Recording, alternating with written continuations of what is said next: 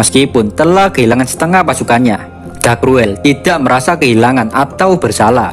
Bagi Dark Cruel, hal itu emang wajar, karena pasukannya diserang oleh sihir yang kekuatannya sangat besar. Dark Cruel nggak mau mundur, karena jika dia atau pasukannya mundur, sama saja mencoreng harga dirinya sebagai seorang prajurit.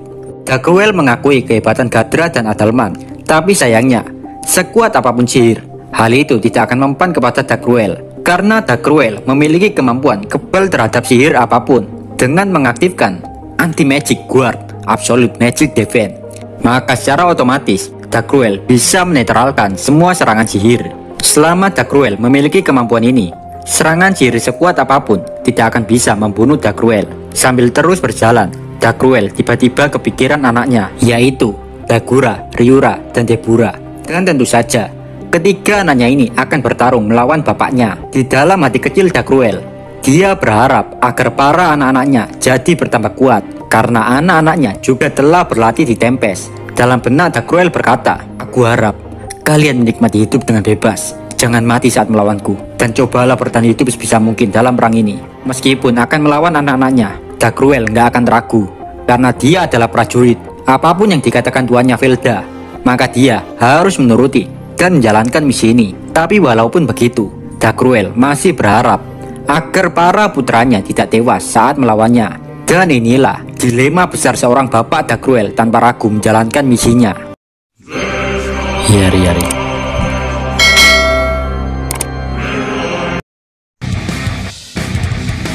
Kini pasukan Dark Cruel terus bergerak maju, tidak peduli sebanyak apapun pasukan Adalman yang menghalangi.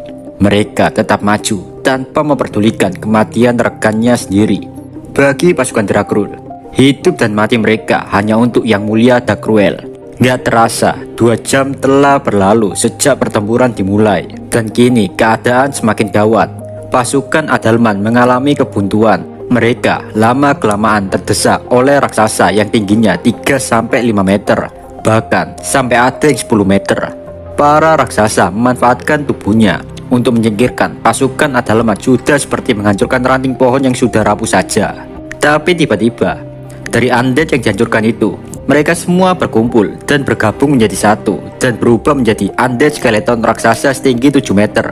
Pertarungan antara para raksasa dengan undead raksasa pun akhirnya terjadi. Satu persatu para undead yang terluka, mereka seketika langsung disembuhkan oleh Adalman. Sedangkan para raksasa juga tidak semudah itu kalah. Apapun luka yang mereka derita, tubuh mereka selalu beregenerasi dan pulih. Dan kedua pasukan itu tidak ada yang mau saling mengalah. Mereka terus-menerus saling jual beli pukulan, tanpa ada satupun yang mati di antara mereka. Di sisi yang lain, Xion mengamati jalannya medan pertempuran. Pada awalnya, saat Adalman dan Gadra membunuh 50.000 pasukan musuh, mereka semua berpikir jika perang mungkin bisa mereka menangkan. Tapi ternyata tidak semudah itu. Melihat hal itu, Xion terus berpikir sambil menggigit bibirnya. Di belakang Xion juga ada 3 anak Dark Cruel. Ketiga anak Dark Cruel terfokus pada pertarungan paman mereka, yaitu Graysword melawan Albert. Pertarungan itu lebih mengerikan daripada pertarungan yang lain. Tapi sebelum Graysword bertemu Albert, tidak ada satupun bawaan Adalman yang bisa mengatasi serangan itu. Dan secara tiba-tiba, ada seseorang yang datang dengan cepat menghadang serangan itu. Dan orang itu adalah Albert. Semua orang tercengang melihat pertarungan pedang antara Graysword melawan Albert. Meskipun Graysword tidak sekuat Dark Cruel, tapi teknik berpedangnya bukan kaleng-kaleng kawan. Walaupun memiliki skill berpedang yang hebat, Albert mampu mengimbangi Graysword, bahkan sampai bisa memberikan serangan balik. Tapi pasukan Dark Cruel yang mengerikan bukan hanya tertuju pada Graysword saja. Ancaman itu mulai terlihat hanya karena kedatangan seseorang. Ketiga anak Dark Cruel dan Xion yang tadinya fokus melihat pertarungan Albert dan Graysword, kini pandangan mereka menatap tajam seseorang. Aura dari orang itu sangat mengerikan hingga membuat bulu jembut Xion dan yang lainnya merinding dibuatnya. Orang itu kurus, di tubuhnya dilapisi rantai, dan tinggi badannya sekitar 2,5 meter. Raksasa itu adalah Fen, paman dari Dagura, Ryura, dan Debura. Fen terus berjalan dengan senyuman bahagia di wajahnya.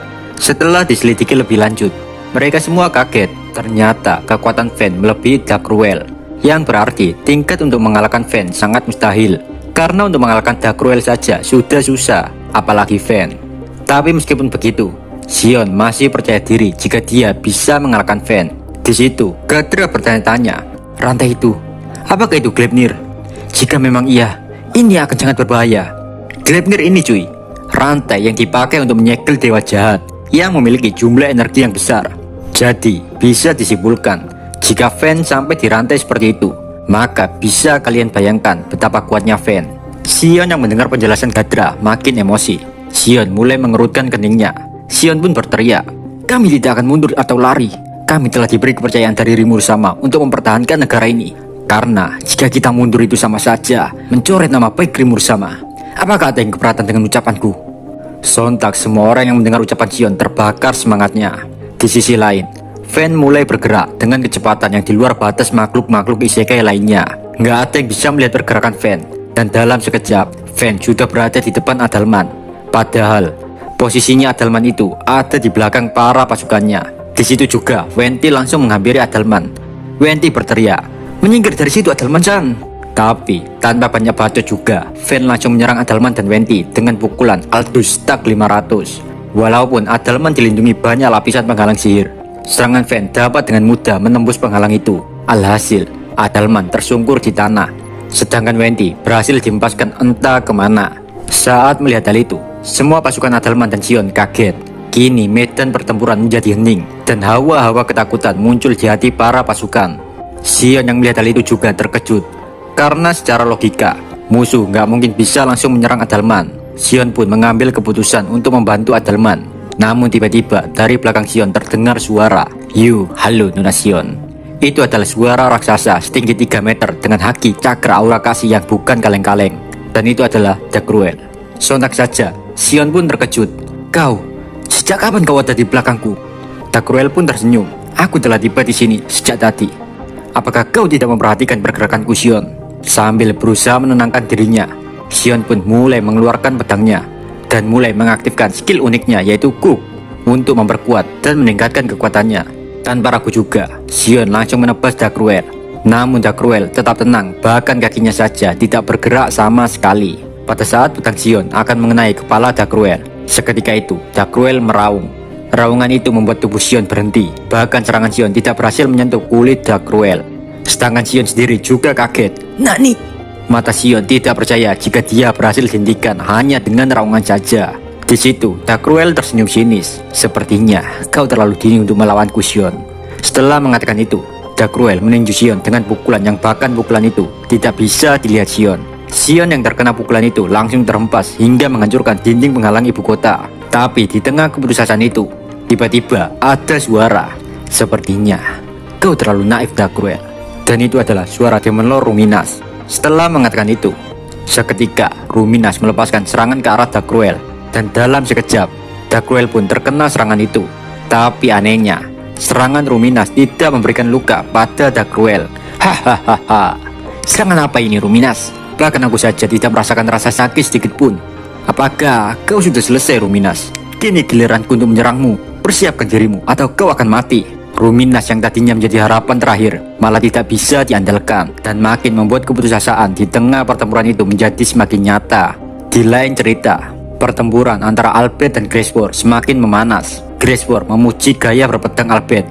Kau memiliki skill berpedang yang luar biasa. Bertarung denganmu adalah sebuah kehormatan bagi pejuang sepertiku. Albert pun membalas ucapan Graceford. Anda salah besar. Skill berpedangku biasa aja. Tapi dengan pedang yang diberikan Tuan Rimuru padaku, membuat diriku bisa mengimbangimu, Graceford. Di situ, Graceford mulai memprovokasi Albert jika Adalman sekarang sedang dalam bahaya karena Adalman berhadapan dengan Fen. Saat mendengar hal itu, Albert tidak panik, tapi dia tetap tenang dan tidak termakan provokasi itu. Albert mengatakan jika tuannya yaitu Adalman tidak akan kalah semudah itu karena Adalman lebih kuat daripada dirinya. Strategi memprovokasi lawan telah gagal. Graceford pun mulai mengangkat pedangnya. Apakah kau yakin dengan ucapanmu? Kalau begitu, Fen mungkin bisa menikmati pertarungannya. Jadi di sini aku juga harus segera menghabisimu. Setelah Graceford mengatakan itu, pertarungan mereka berdua dimulai lagi. Mereka berdua terus saling beradu pedang, sampai-sampai mereka tidak menyadari kalau daerah di sekitar mereka telah mengalami banyak kerusakan. Sedangkan di satu sisi, Adalman terus memikirkan strategi untuk menghadapi Fen. Adalman juga mengetahui jika Fen memiliki kekuatan anti sihir. Makanya tadi, Fen mampu dengan mudah menembus pertahanan Adalman. Meskipun Fen gak mempan terhadap sihir, Adalman tidak putus asa. Adalman mencoba untuk tetap tenang.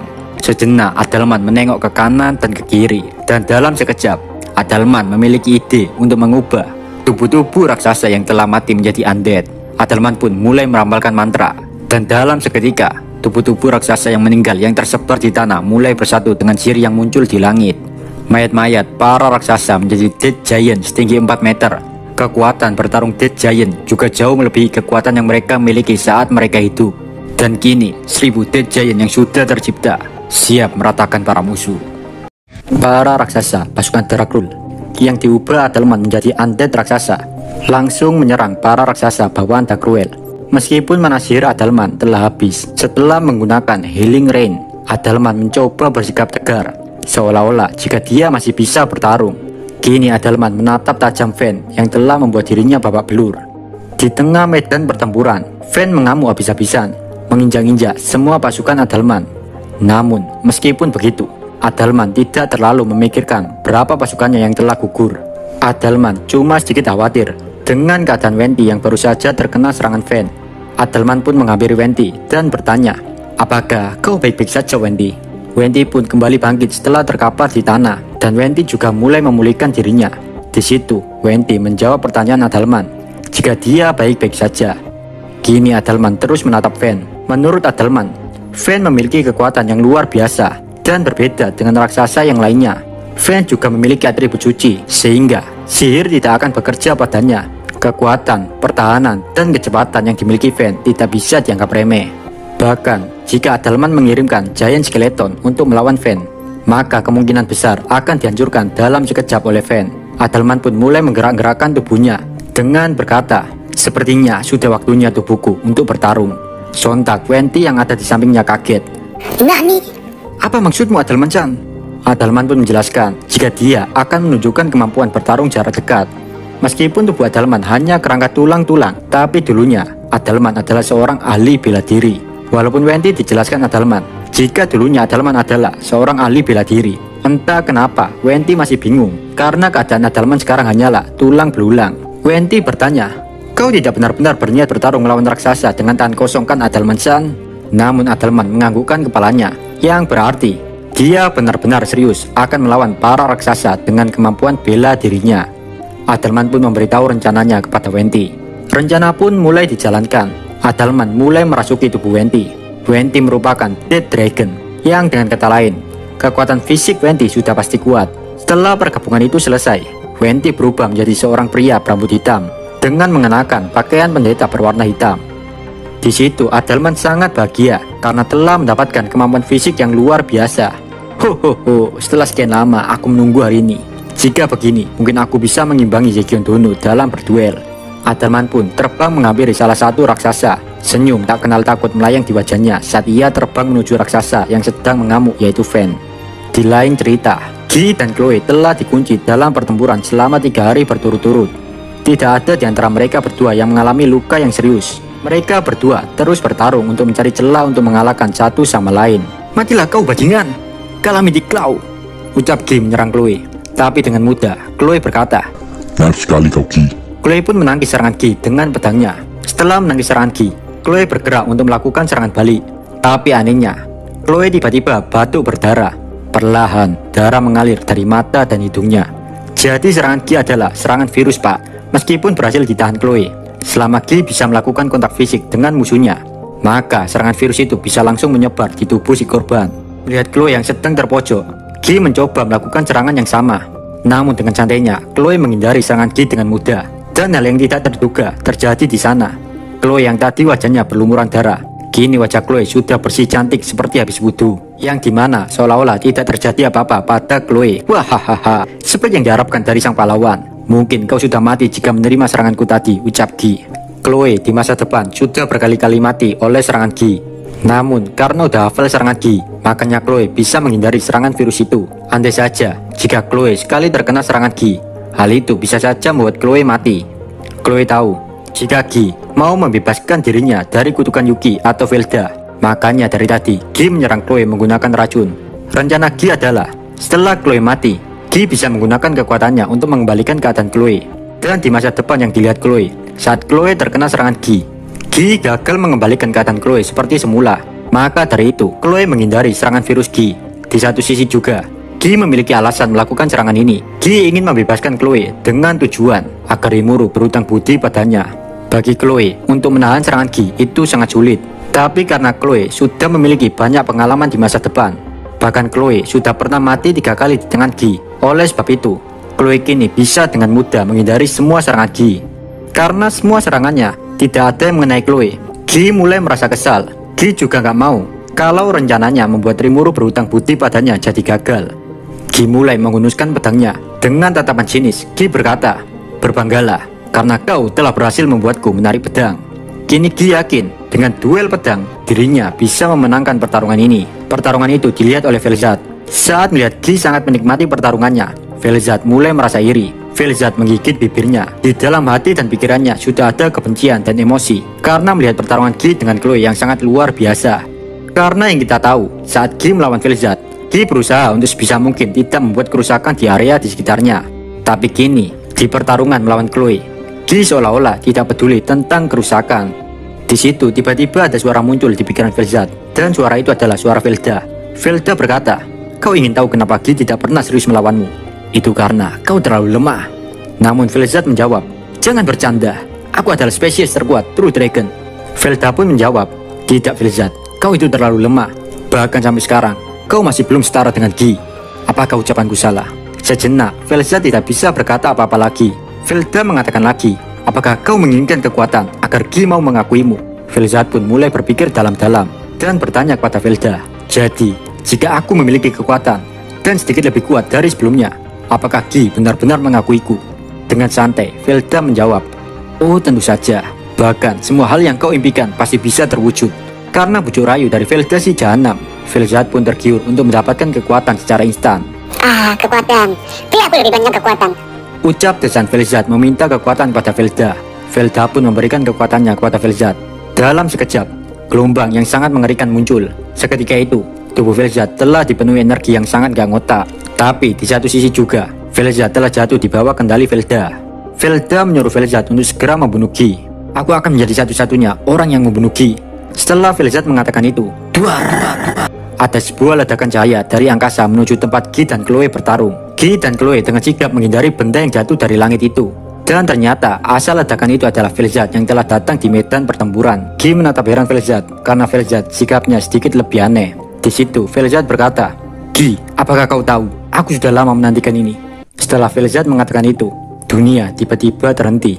Dan Vel'Zad pun membawa Gi bersama Chloe ke tempat dingin dan beku. Meskipun dunia telah terhenti, Gi dan Chloe masih bisa bergerak bebas. Mereka bertiga sejenak menatap satu sama lain. Melihat kondisi saat ini, Gi menecakkan lidahnya. Cuy, dia benar-benar telah dikendalikan. Sudah lama sekali, Gi tidak merasakan emosi sebesar ini. Kemarahan terus mengalir keluar dari lubuk hati Gi. Gi berkata, "Velda, kau tidak bisa dimaafkan. Kau telah mengendalikan Vel'Zadku yang imut tanpa izin dariku. Aku pasti akan membunuhmu Velda." Dengan demikian, pertarungan di dunia beku akan segera dimulai. Di lain cerita, pertarungan Leon dan Kazarim sudah terjadi seharian. Meskipun Leon dibantu Mizari untuk melawan Kazarim, tetap saja mereka berdua tidak bisa mengalahkan Kazarim. Bahkan sampai saat ini, Kazarim tidak kelelahan melawan 2 orang sekaligus. Di sini juga, Kazarim belum serius sama sekali. Kazarim masih bermain-main dalam pertarungan ini. Di situ, Leon mulai merasa putus asa. Apakah hidupku cuma sampai di sini saja? Di dalam keputusasaan itu, Leon melihat jika bawahnya yaitu Alrose dengan mudah dipojokkan oleh Footman. Meskipun teknik berpedang Alrose adalah teknik berpedang kelas atas, Alrose terlalu lemah jika melawan serangan tidak beraturan Footman. Alhasil, Alrose menerima pukulan bertubi-tubi dari Footman. Andaikan saja Alrose tidak bergabung dengan iblis bawaan Mizari, mungkin sekarang Alrose sudah tewas.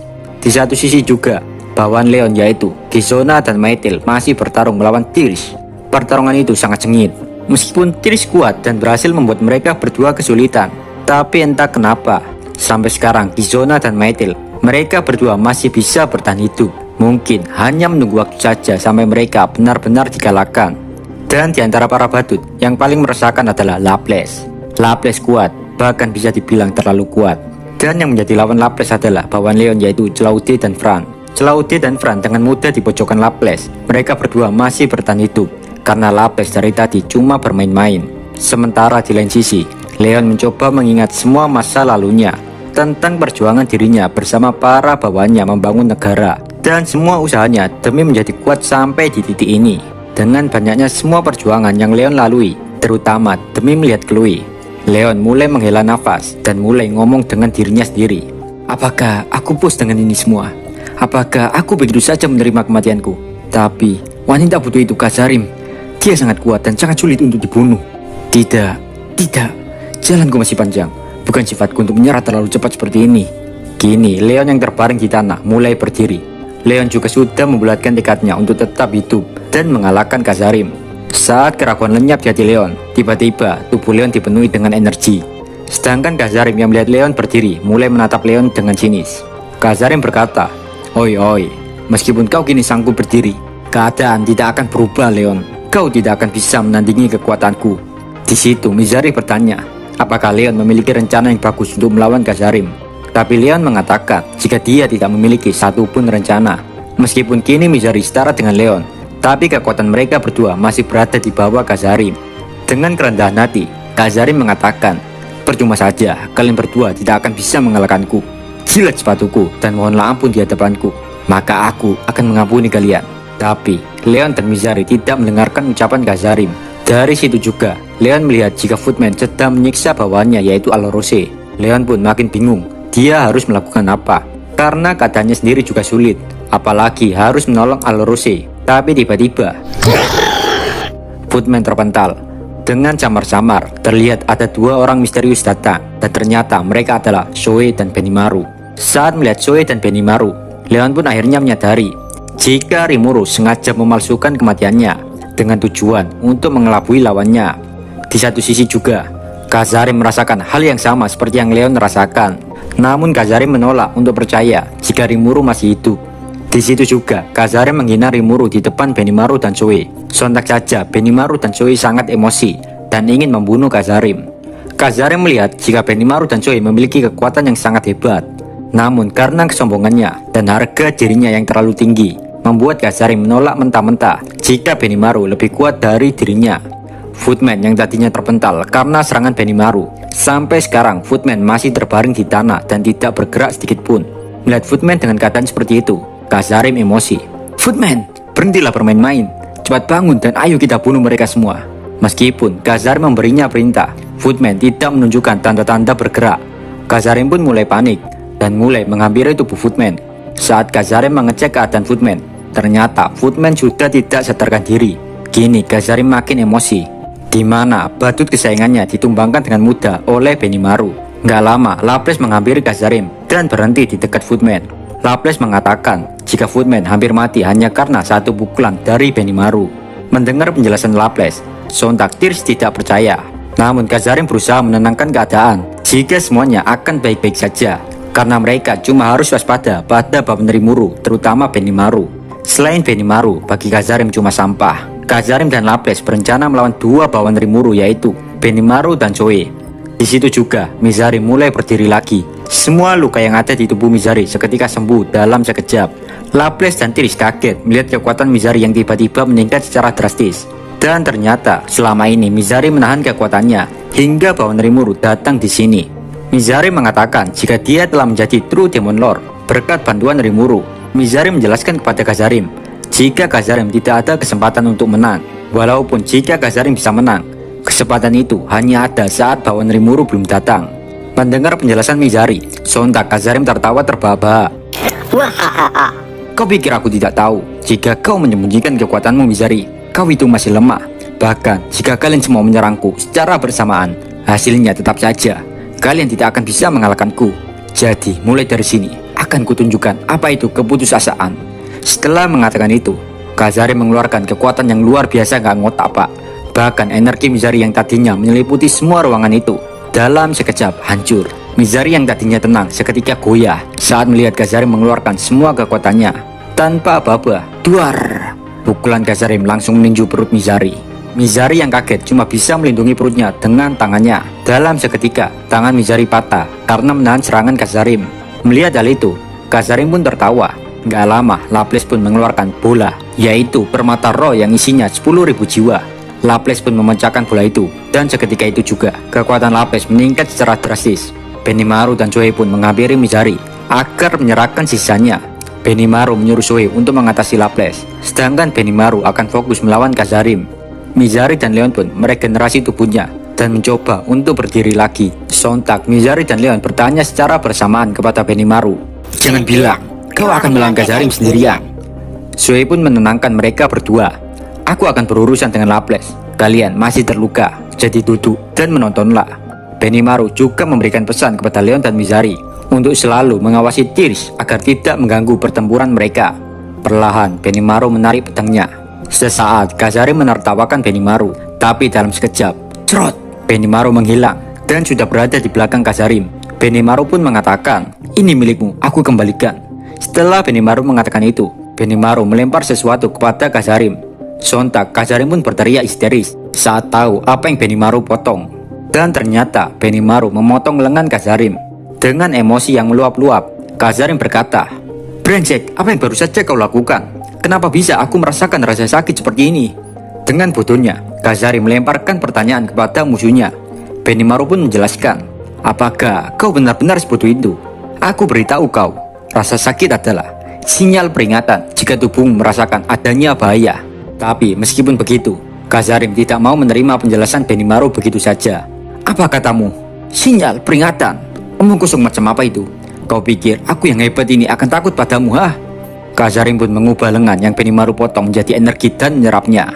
Perlahan, Kazarim meregenerasi lengannya kembali. Dengan menatap sinis, Kazarim berkata, "Aku pasti akan membunuhmu." Setelah Kazarim mengatakan itu, gumpalan energi yang sangat padat menyelimuti dirinya. Dan seketika, Kazarim pun menyerang Benimaru. Sedangkan di satu sisi, Benimaru menerima serangan Kazarim, dan Benimaru juga diselimuti energi panas yang menyala-nyala. Dengan demikian, pertempuran antara makhluk yang telah melampaui batas fana dimulai. Di lain cerita, Zoe dan Laples saling berhadapan satu sama lain. Pertarungan sengit terjadi di sana. Mereka saling mencari celah masing-masing. Semua pisau Laples yang tak terlihat yang dilemparkan ke arah Zoe pada awalnya telah menusuk tubuh Zoe. Laples berpikir jika dia telah membunuh Zoe dengan serangan dadakannya. Tapi nyatanya, serangan Laples cuma mengenai keberadaan paralel yang Zoe ciptakan. Dari awal bertarung, Zoe sangat berhati-hati, terlepas dari apakah dia akan kalah atau menang, dan apakah musuh lebih kuat atau lebih lemah.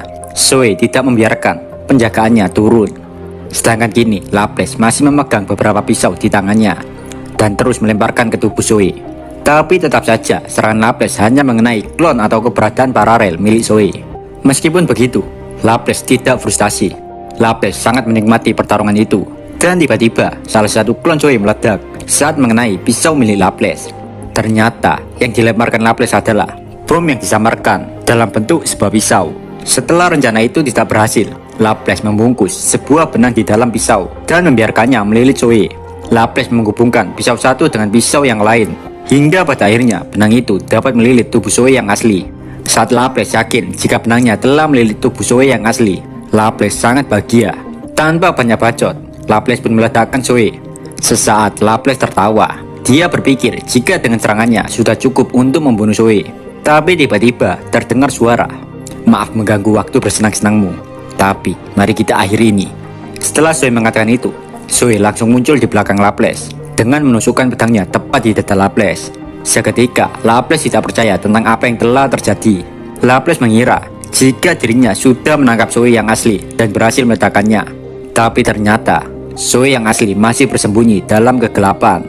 Anehnya, meskipun tertusuk, Laples tidak panik. Dan hal itu membuat Zoe curiga. Zoe yang merasakan bahaya langsung mencabut pedangnya dan menjauh dari tubuh Laples. Dan yang benar saja, nggak lama setelah itu, tubuh Laples meledak. Andai saja Zoe sedikit terlambat, mungkin Zoe sudah terluka cukup parah. Ternyata tubuh yang Zoe tusuk juga bukan tubuh asli, melainkan cuma klon dari tubuh Laples. Di satu sisi, pertarungan Benimaru dan Kazarim telah menerobos penghalang kota dan penghalang yang telah diciptakan Mizari. Mereka berdua melakukan pertempuran di udara dengan sangat sengit. Kazarim mengumpulkan semua energinya pada tinjunya, dan Kazarim pun memukul Benimaru berulang kali. Holy Demonic Unification. Sedangkan Benimaru cuma bisa bertahan menahan serangan Khazarim. Sambil memukul Benimaru, Khazarim tertawa. Wahahaha. Ada apa denganmu Benimaru? Kenapa kau cuma bisa bertahan? Di mana kesombonganmu tadi ha? Kau memang sangat bodoh. Andai saja kau tak menghalangiku, mungkin hidupmu bisa sedikit lebih lama lagi. Di situ, Khazarim yakin jika kemampuannya adalah yang terkuat dan tidak memiliki kelemahan. Tapi nyatanya, serangan bertubi-tubi itu tidak membuat Benimaru terluka.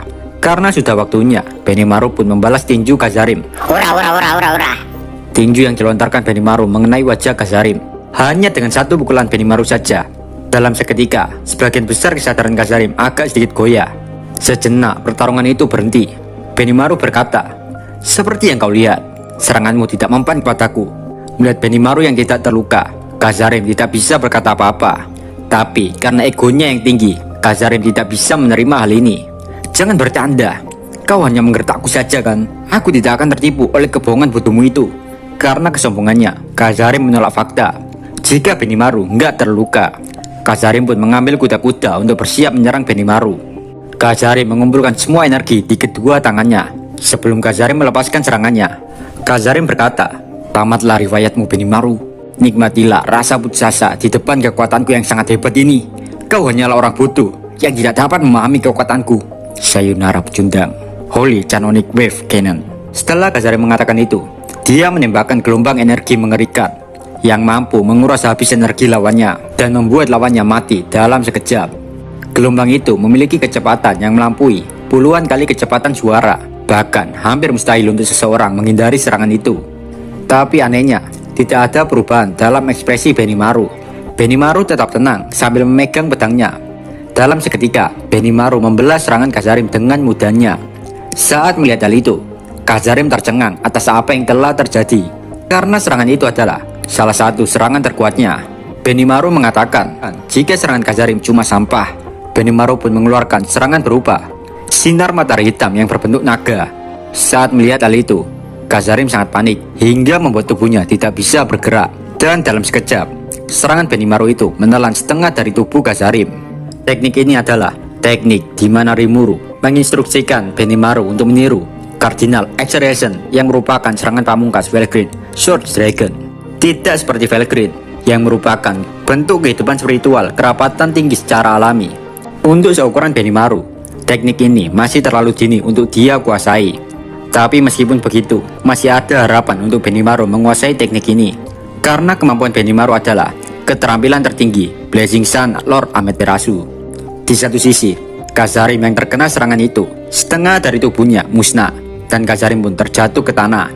Sementara, Zoe dan Laples yang lagi bertarung, pertarungan mereka tiba-tiba terhenti saat mereka melihat Khazarim jatuh ke tanah. Meskipun setengah dari tubuh Khazarim terbakar oleh api, tidak ada yang mengira jika Khazarim masih bisa bertahan hidup dari serangan mengerikan itu. Laples yang melihat hal itu terkejut, dan dia pun berlari ke arah Khazarim dengan tergesa-gesa.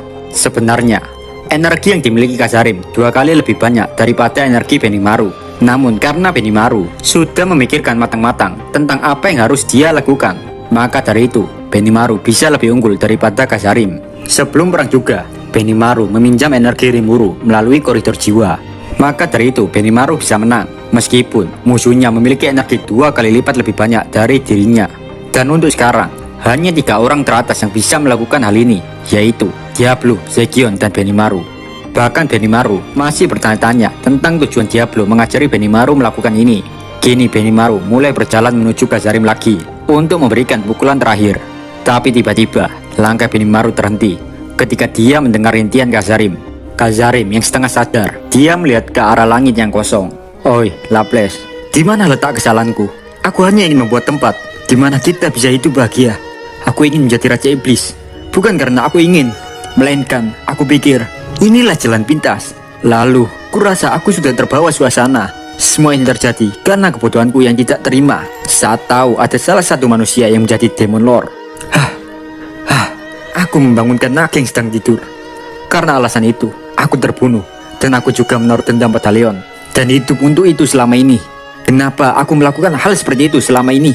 Padahal, tujuan kita hanyalah hidup bahagia. Aku telah membuat kesalahan. Itu benar.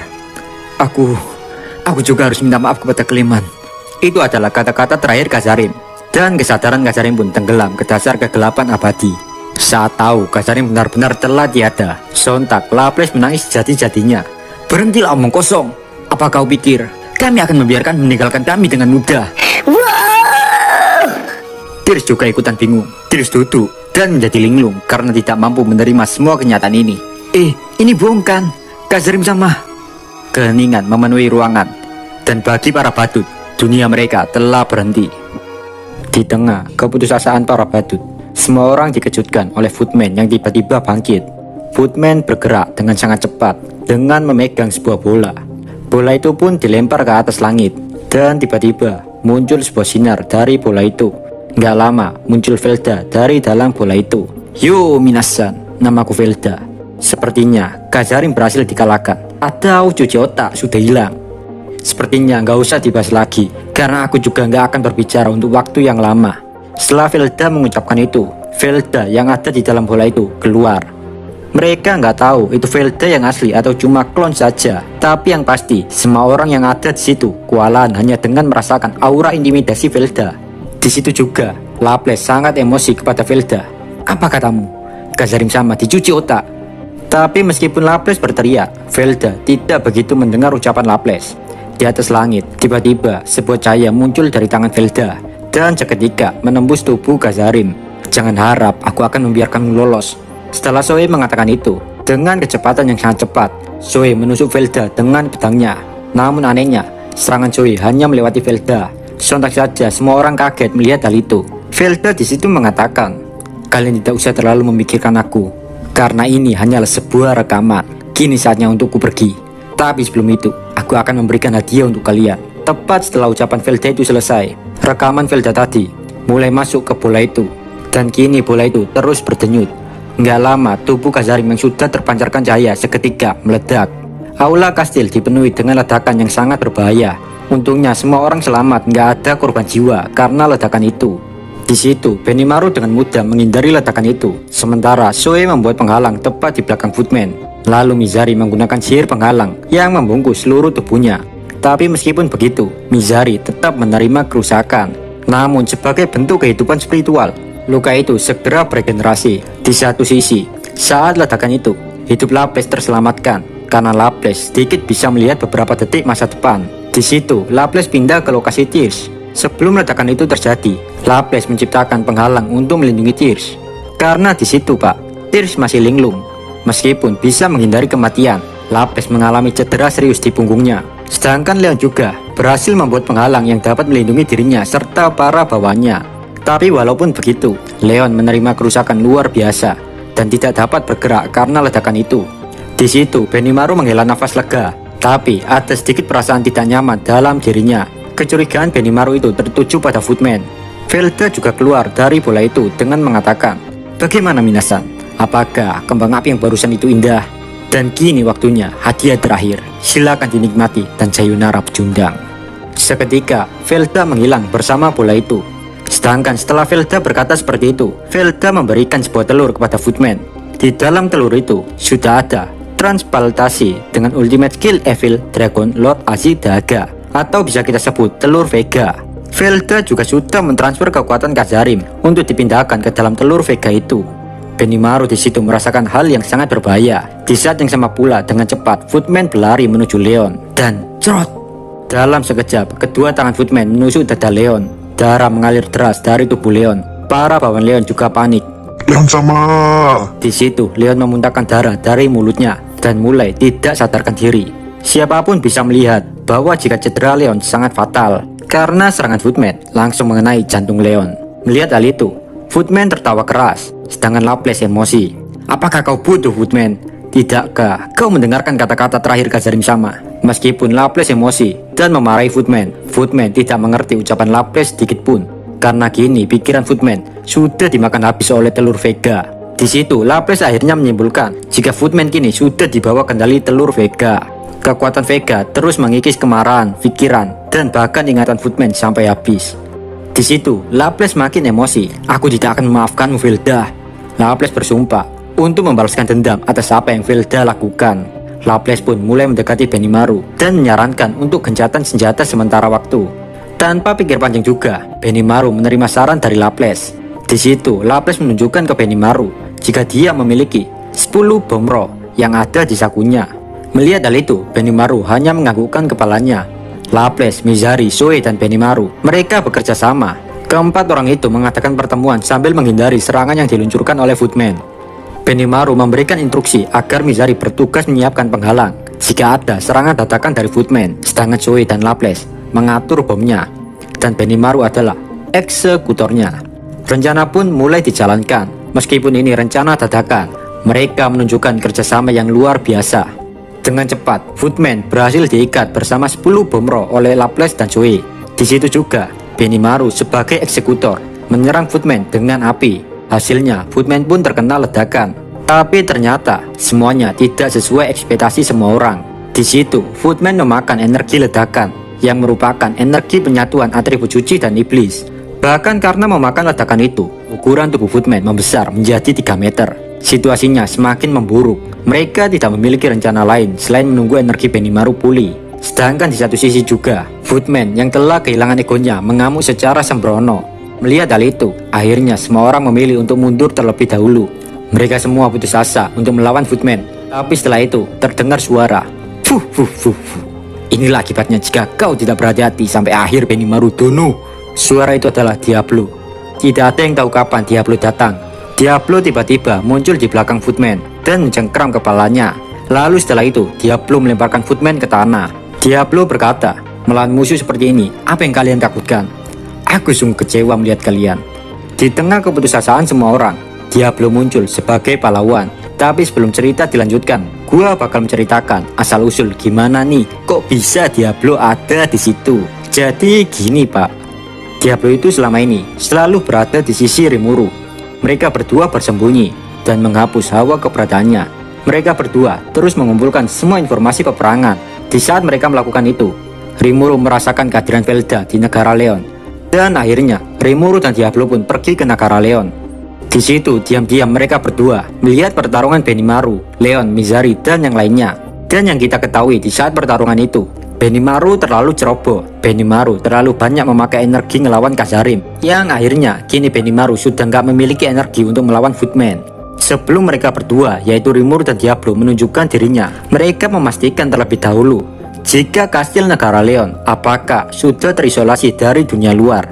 Tapi karena ternyata kastil Leon sudah terisolasi, Rimuru pun akhirnya memutuskan untuk menunjukkan dirinya dan mengobati Leon. Di situ Rimuru meletakkan tangannya di dada Leon. Saat Rimuru melakukan itu, semua bawahan Leon terkejut. Tetapi Rimuru meletakkan jari di bibirnya sebagai tanda agar mereka tetap diam. Di situ Rimuru mengeluarkan ramuan untuk menutup lubang yang menganga di dada Leon. Meskipun ramuan itu dapat menutup lubang di dada Leon, Leon masih belum bangun dari sakaratul mautnya. Tidak ada yang bisa Rimuru lakukan, karena bagi Rimuru itu bukan tubuh aslinya Veldanava, melainkan keberadaan ganda Velda. Perbedaan keberadaan paralel dan ganda adalah cuma ada pada badan utamanya cuy. Untuk lebih jelasnya, pause saja videonya. Melihat Benimaru dan kawan-kawan yang sedang terpojok, Rimuru pun menyuruh Diablo untuk menunjukkan pesonanya. Dan seperti biasa, dengan gembiranya, Diablo tertawa. Fuh, fuh, fuh, fuh, serahkan padaku Rimuru sama. Dan dengan cepat, Diablo membantu Benimaru. Di situ, Diablo muncul dan langsung membanting Footman ke tanah. Setelah dicekik dan dijatuhkan ke tanah oleh Diablo, Footman pun balas menyerang.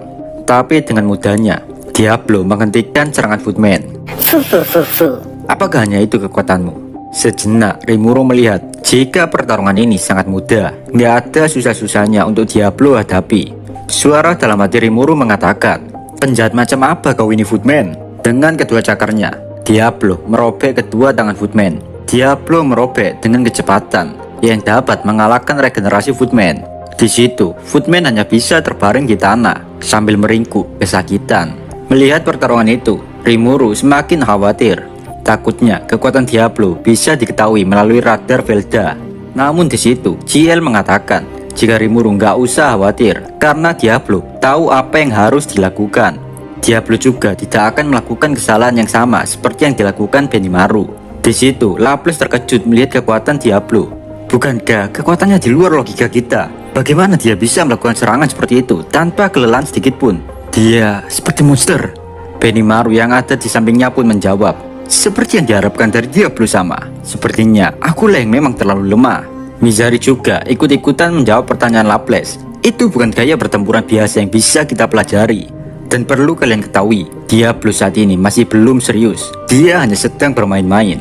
Sedangkan Zoe yang melihat pertarungan Diablo hanya bisa tercengang saat tahu Diablo semengerikan itu. Sambil menyiksa Footman, Diablo tertawa. Fu. Maafkan aku, sepertinya aku terlalu memaksakan diri. Sampai aku tidak sadar jika lenganmu sudah kurobek. Ini semua terlalu berat sebelah untuk menyebutnya perkelahian. Bahkan para penonton yang melihat pertarungan itu, mereka merasa tidak tega melihat Footman.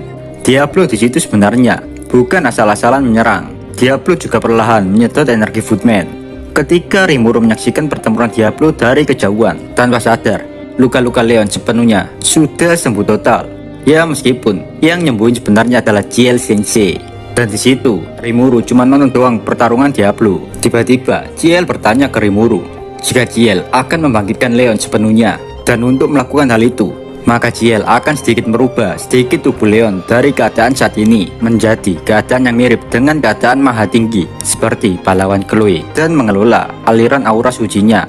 Tanpa banyak komentar, Rimuru menyerahkan semua urusan ini pada Ciel. Ya, alasannya Rimuru nggak ngerti apa yang Ciel ucapkan cuy. Di situ diketahui core Leon telah rusak. Jika Leon harus dibangkitkan lagi, otomatis Leon sembuh, tapi kekuatan tempurnya akan berkurang. Daripada hal itu terjadi, Ciel memilih untuk menyembuhkan Leon tanpa menyebabkan itu terjadi. Jadi gini cuy, secara singkatnya Ciel membangkitkan Leon lagi dan mengubah Leon menjadi demigod. Di situ perlahan Leon membuka matanya. Sontak saja Rimuru tidak percaya apa yang telah dilihatnya.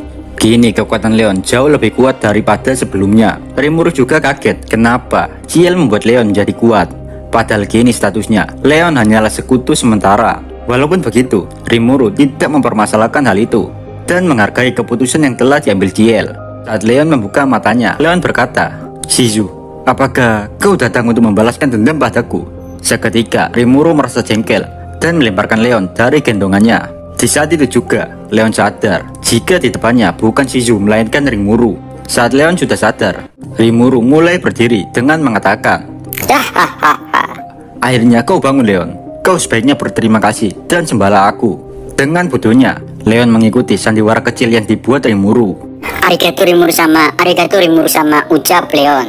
Ketika Leon dan Rimuru sedang melakukan sandiwara, pengikut Leon serempak ke situ dengan menangis terharu. Leon sama, syukurlah kau baik-baik saja. Di situ juga Rimuru memberikan ramuan penyembuh untuk setiap para bawahan Leon. Dan dalam sekejap, luka-luka semua bawahan Leon sembuh total. Seketika, semua bawahan Leon berlutut di depan Rimuru sambil mengatakan, "Demon Lord Rimuru sama, bantuan yang telah kau berikan tidak akan kami lupakan." Sontak saja hal itu membuat Rimuru agak sedikit malu. Dan keributan itu juga membuat Benimaru dan yang lainnya menoleh. Dan akhirnya mereka tahu tentang kedatangan Rimuru. "Rimuru sama," ucap Sui dan Benimaru yang kaget dan mulai mendekati Rimuru. Di situ Rimuru menjelaskan jika dia sengaja memalsukan kematiannya demi menurunkan kewaspadaan Velda. Dan rencana ini juga untuk memancing keluar siapa saja pembelot di sekitar Rimuru. Mendengar ucapan itu, Benimaru semakin kagum dengan tuannya. Sedangkan Zoe menanyakan detailnya untuk segera melancarkan rencana Rimuru. Namun Rimuru mengalihkan topik pembahasan dengan mengatakan, "Untuk sekarang tunda dulu pertanyaanmu Zoe, karena kita harus mengakhiri pertempuran di sini dulu." "Diablo, apakah di sana sudah siap?" Diablo pun menjawab, "Persiapannya sudah selesai Rimuru sama." Dengar hal itu, Rimuru pun menganggukkan kepalanya dan mulai berjalan menuju Footman. Sementara Footman yang terbaring di tanah hanya bisa berontak dengan mengucapkan, "Sialan, kau itu cuma serangga di hadapanku." Mendengar hal itu, seketika Diablo emosi. "Kau terlalu berisik, jaga mulutmu di hadapan Rimuru sama." Diablo dengan sadis menginjak-injak wajah Footman sampai rahangnya hancur. Dan kini Footman sudah nggak bisa bicara lagi. Tugas Diablo di situ hanya untuk melemahkan Footman dan Rimuru lah eksekutornya. Entah kenapa Rimuru makin merasa kasihan melihat keadaan Footman sekarang. Rimuru pun berkata, "Aku tidak akan membuatmu menderita lagi Footman. Kau juga akan menemukan kedamaian saat berada di dalam diriku nanti." Setelah Rimuru mengatakan itu, Rimuru sudah berdiri tepat di depan Footman. Dalam sekejap, Rimuru pun melahap Footman. Dari hal itu, Rimuru juga berhasil mendapatkan skill ultimate Evil Dragon Lord Ajni Dahaga, atau secara gampangnya skill ultimate Vega. Diablo pun memuji Rimuru karena kehebatan Rimuru melahap musuh dalam sekejap. Tapi Rimuru malah sebaliknya. Bagi Rimuru, semua bawahannya telah melakukan tugas dengan sangat baik, sehingga musuh dapat dikalahkan dengan mudah. Saat mendengar pujian Rimuru itu, sontak Benimaru, Zoe, dan Diablo pun berlutut di depan Rimuru. Melihat kekuatan Rimuru yang sangat gak ngotak itu, Laples menyimpulkan jika nggak mungkin ada seseorang yang bisa mengalahkan Rimuru, kecuali jika musuhnya nggak memiliki akal sehat. Kini Laples benar-benar yakin jika Khazarim tuannya dicuci otak. Bagi Laples, Khazarim adalah orang yang sangat berhati-hati dan gak mungkin memusuhi monster sekelas Rimuru. Melihat Laples dan Tiris yang sudah tidak punya tujuan lagi, Rimuru pun memberikan harapan kepada mereka dengan mengatakan, "Oi kalian berdua yang ada di sana, sudah kuputuskan jika kalian akan bekerja untukku." Sontak saja Laples terkejut dan agak sedikit keberatan dengan permintaan Rimuru itu. Tapi tiba-tiba ada sebuah senyuman intimidasi yang membuat mereka takut dari Diablo. Diablo berkata, "Apakah kalian keberatan dengan keputusan Rimuru sama?" Seketika bulu jemput Tiris dan Laples berdiri hanya dengan menatap senyuman psikopat Diablo. Di situ Laples sontak mengajukan pertanyaan apakah dia bakal digaji jika menjadi bawahan Rimuru. Rimuru pun menjawab jika hal itu bisa dibicarakan nanti. Dan pada akhirnya Laples dan Tiris telah menjadi bawahan Rimuru. Gila emang senyuman Diablo itu pak, bisa membuat Laples dan Tiris kembali ke jalan yang benar. Gokil. Di situ Rimuru mengadakan semacam diskusi kecil-kecilan. Dari hasil diskusi itu, Rimuru dan Diablo akan tetap bersembunyi lagi. Jadinya semua pasukan Leon masih harus bertempur sendirian melawan musuh tanpa bantuan Rimuru, dan mereka juga tidak boleh membocorkan jika Rimuru masih hidup. Sedangkan Benimaru dan Zoe akan balik untuk memimpin Tempest sementara waktu. Sementara Laples dan Tiris akan tetap tinggal di negara Leon untuk membantu pertahanan. Meskipun Laples dan Tiris adalah bekas musuh, Rimuru tidak semudah itu melepaskan mereka tanpa pengawasan. Diam-diam Rimuru meminta Zoe mengawasi dua badut itu. Ini adalah ujian pertama yang dilakukan Rimuru untuk para badut, agar Rimuru bisa mempercayai mereka seperti para bawahan Rimuru yang lainnya. Di satu sisi juga, Rimuru masih memiliki keyakinan jika Laples tidak akan mengkhianatinya, karena Laples sendiri tahu jika tuannya yaitu Khazarim telah dipermainkan oleh Velda. Di sisi lain, pertarungan Guy, Chloe, dan Velzad semakin memanas. Di situ Chloe langsung menyerang Velzad. Velzad pun menangkis serangan Chloe dengan dinding esnya. Seketika dinding es itu pecah, dan pecahan itu membanjiri Guy dan Chloe bagaikan peluru. Untungnya Chloe dan Guy dapat menangkal semua pecahan es dengan pedang mereka. Tujuan utama Guy adalah untuk keluar dari tempat ini. Sayangnya pak, Chloe tidak mungkin mengabaikan Guy karena efek kutukannya. Guy mengalami situasi yang sangat merepotkan. Meski begitu, bagi Guy, bertempur melawan dua orang sekaligus bukan hal yang mustahil, karena Guy memiliki skill ultimate Prideful Lord Lucifer. Skill ultimate Guy itu dapat meniru kemampuan musuhnya hanya dengan sekali lihat. Namun skill itu percuma saja jika musuhnya tidak mengeluarkan skill mereka. Karena alasan itu, Guy menjadi agak sedikit gelisah. Sementara Velzad mulai merasa nggak nyaman karena ada Chloe di situ. Velzad menganggap jika Chloe hanyalah hambatan untuk pertarungannya melawan Guy. Awalnya Velzad menghentikan waktu agar lebih mudah membunuh Chloe. Namun semuanya tidak sesuai ekspektasi. Nyatanya Chloe bisa bergerak bebas di dunia di mana waktu terhenti itu. Walaupun begitu, Velzad tidak putus asa. Dia masih memiliki rencana untuk menyingkirkan Chloe agar bisa berduaan sambil bertarung melawan Guy, dan hanya berdua saja. Tiba-tiba udara di situ menjadi semakin dingin, dan dalam sekejap molekul air, udara, dan molekul lain yang ada di sekitar Chloe seketika membeku membentuk dinding es yang lebih mirip dengan penjara es. Velzad berkata, "Chloe, kau itu cuma penghalang. Aku akan melawanmu setelah selesai dengan Guy. Jadi diamlah dan jangan memberontak." Atmospheric Prison Wall. Seketika tubuh Chloe terperangkap dalam penjara es. Sejenak Velzad tenang bisa membuat Chloe tidak mencampuri pertarungannya dengan Guy. Tapi saat Velzad berbalik membelakangi Chloe, sontak Velzad kaget karena di saat yang sama dia mendengar tepasan pedang yang dimana membuat dunia bergetar. Dan yang benar saja, Chloe bisa dengan mudah menebas penjara yang telah dibuat Velzad. Melihat hal itu, Velzad tercengang. Dia tidak percaya jika seorang pahlawan memiliki kekuatan sebesar itu. Velzad hanya bisa melototi Chloe dengan kebencian. Kini Velzad tidak lagi meremehkan Chloe. Di satu sisi juga, Chloe juga menyadari jika Velzad memiliki energi yang jauh lebih besar daripada dirinya. Chloe tidak bisa memastikan sebesar apa energi yang dimiliki Velzat. Tapi yang pasti, jika seseorang dapat menghentikan waktu beberapa menit tanpa masalah sedikit pun, sudah dipastikan orang itu bukanlah kaleng-kaleng. Tapi dalam benak Chloe bertanya, kenapa Velzat tadi mengurung dirinya jika tujuan mereka berdua sama, yaitu untuk mengalahkan Guy. Tanpa Velzat mengurung Chloe tadi, Chloe juga otomatis menyerang Guy. Karena kita tahu, Chloe masih berada di bawah kendali Velda untuk membunuh Guy. Semakin dipikir, Chloe tidak menemukan jawaban atas pertanyaannya itu. Daripada memikirkan hal yang tidak jelas, Chloe lebih memikirkan nyawanya karena kini di depannya ada dua orang yang lebih kuat yang bisa saja membunuhnya jika dia lengah. Saat ketiga orang itu bersiap-siap untuk menyerang satu sama lain, tiba-tiba ada sebuah meteor merah menyala jatuh dan menghancurkan White Ash Place yang merupakan istana Guy. Dari ledakan meteor itu muncul seseorang yaitu Felgreen. Di situ Felgreen bertegur sapa dengan kakaknya Velzat. Dari tegur sapa itu, Velzat mengatakan sesuatu tentang Rudra yang membuat Felgreen emosi. Di situ Felgreen mengatakan kepada Guy dan Chloe, "Guy, aku akan membantumu. Aku akan melawan Velzat Onesan dan akan menyadarkannya dari Velda si penipu itu. Sedangkan kau Chloe, berusahalah untuk tetap hidup apapun yang terjadi. Karena jika kau sampai mati, Demon Lord Rimuru akan mengamuk dan menghancurkan dunia ini." Kemarahan Velzat semakin memuncak karena dengan datangnya Felgreen membuat dirinya tidak bisa berduel dengan Guy. Keduanya mulai bergerak secara bersamaan untuk bertarung. Dari pertarungan dua kimcil itu menimbulkan gelombang kejut yang membuat White Ash Place tersebar berkeping-keping. Ketika kemampuan Velzat berhasil diimbangi, dunia yang dihentikan sudah mulai bergerak lagi.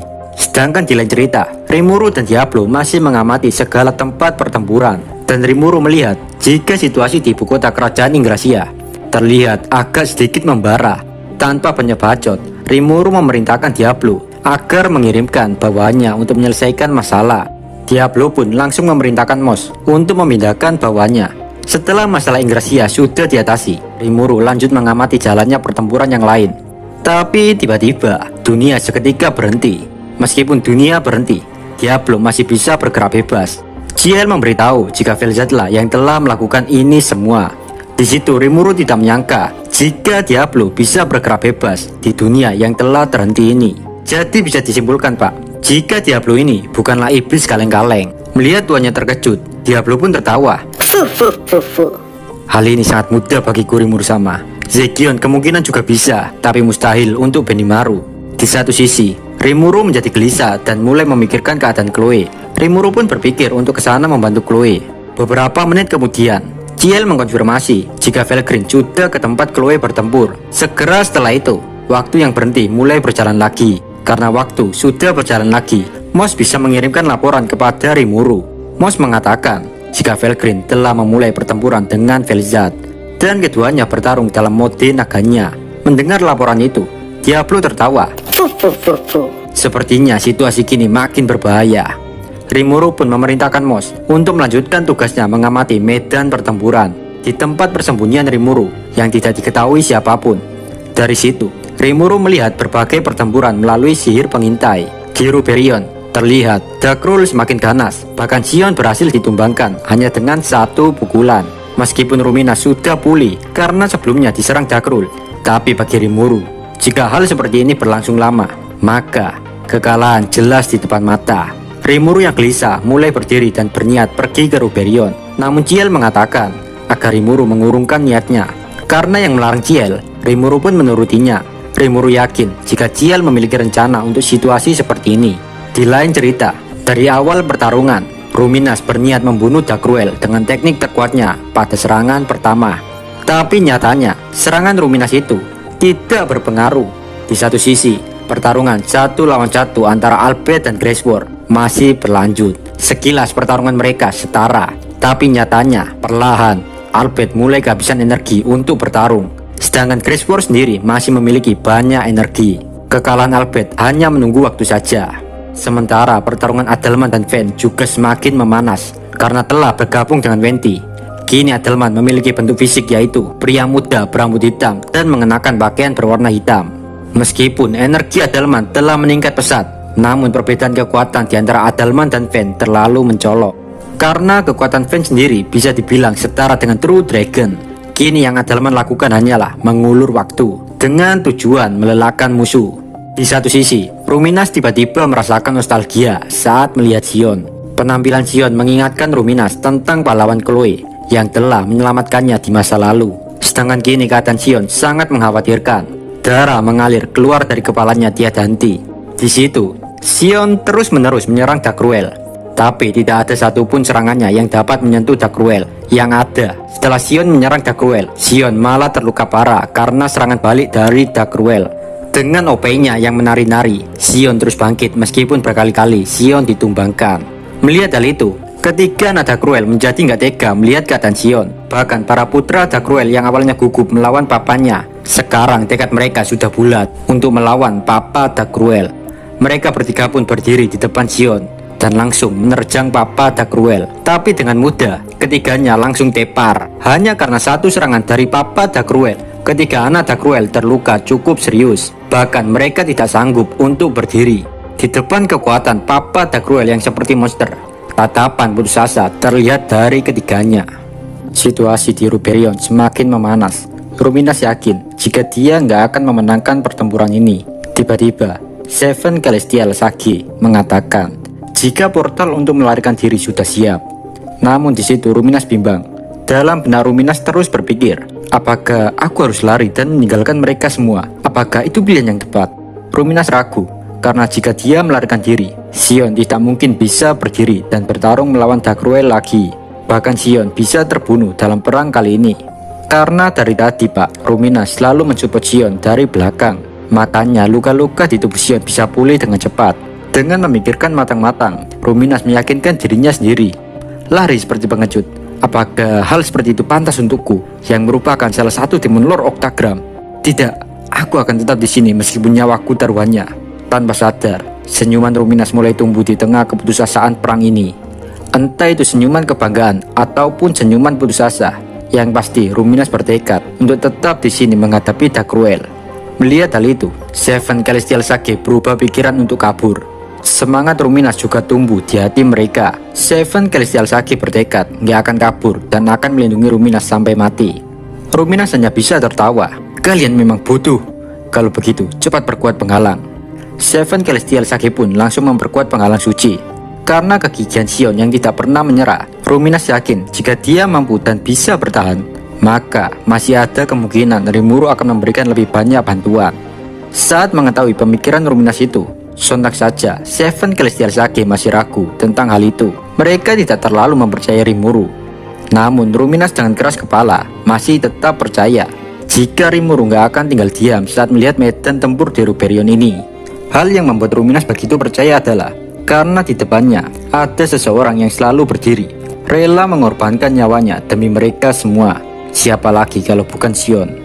Melihat tekad Ruminas yang sudah bulat, Seven Celestial Sage pun membungkukkan badannya bersama-sama di depan Ruminas sambil mengatakan, kalau begitu, semoga beruntung putri. Setelah mengatakan itu, Seven Celestial Sage itu pun pergi dan fokus ke medan pertempuran. Sedangkan Ruminas tetap fokus untuk mensupport Xion dari belakang.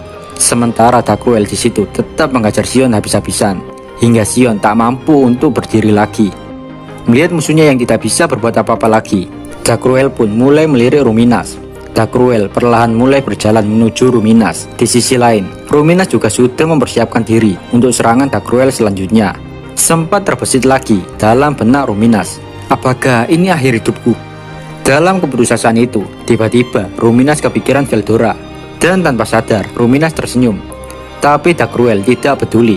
Dan seketika, Darkruel langsung melancarkan tinjunya kepada Ruminas. Sedangkan Ruminas sendiri cuma bisa pasrah menerima tinju Darkruel. Namun sebelum tinju Darkruel mengenai Ruminas, seketika waktu berhenti karena ulah Verzad.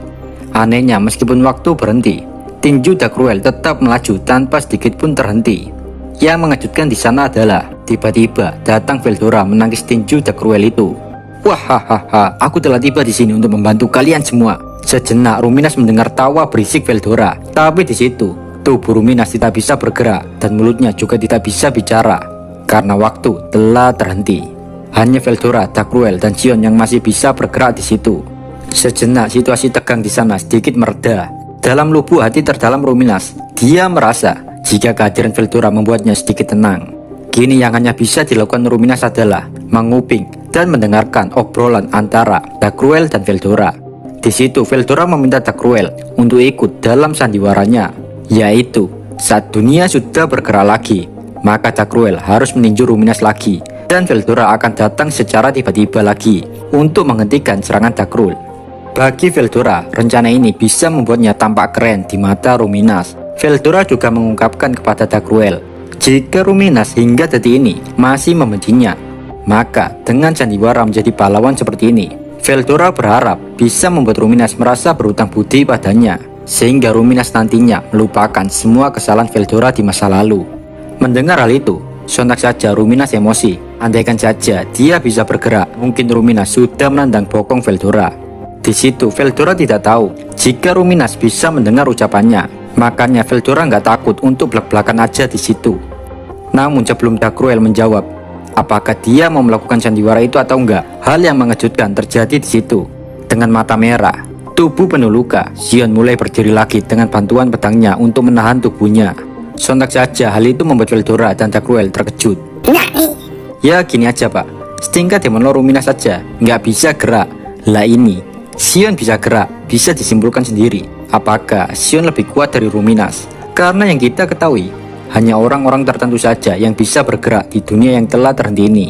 Di situ, Sion meminta Veldora agar menyerahkan Dagruel padanya. Sion gak mau menyerahkan tanggung jawab melawan Dagruel kepada orang lain. Melihat kegigihan Sion itu, Veldora pun setuju dengan permintaan Sion. Veldora berkata, kalau begitu aku akan meminjamkanmu kekuatanku, jadi berjuanglah dengan baik. Veldora pun menyentuh tubuh Sion, dan seketika energi mengalir pada tubuh Sion. Bahkan luka tubuh Sion seketika sembuh. Yang anehnya lagi, pakaian Sion yang sudah combang-cambing seketika menjadi baru lagi. Di satu sisi juga, Sion memperoleh skill Ultimate Tyranny Lord Susanoo. Karena merasa banyak energi meluap-luap dalam dirinya, membuat Sion dengan pedenya melangkah maju menuju Dagruel.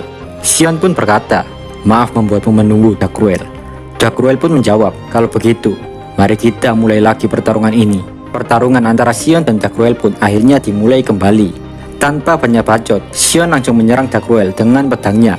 Dagruel pun mengeraskan kedua tangannya dan langsung menerima serangan Sion. Baru kali ini, serangan Sion membuat Dagruel agak kewalahan.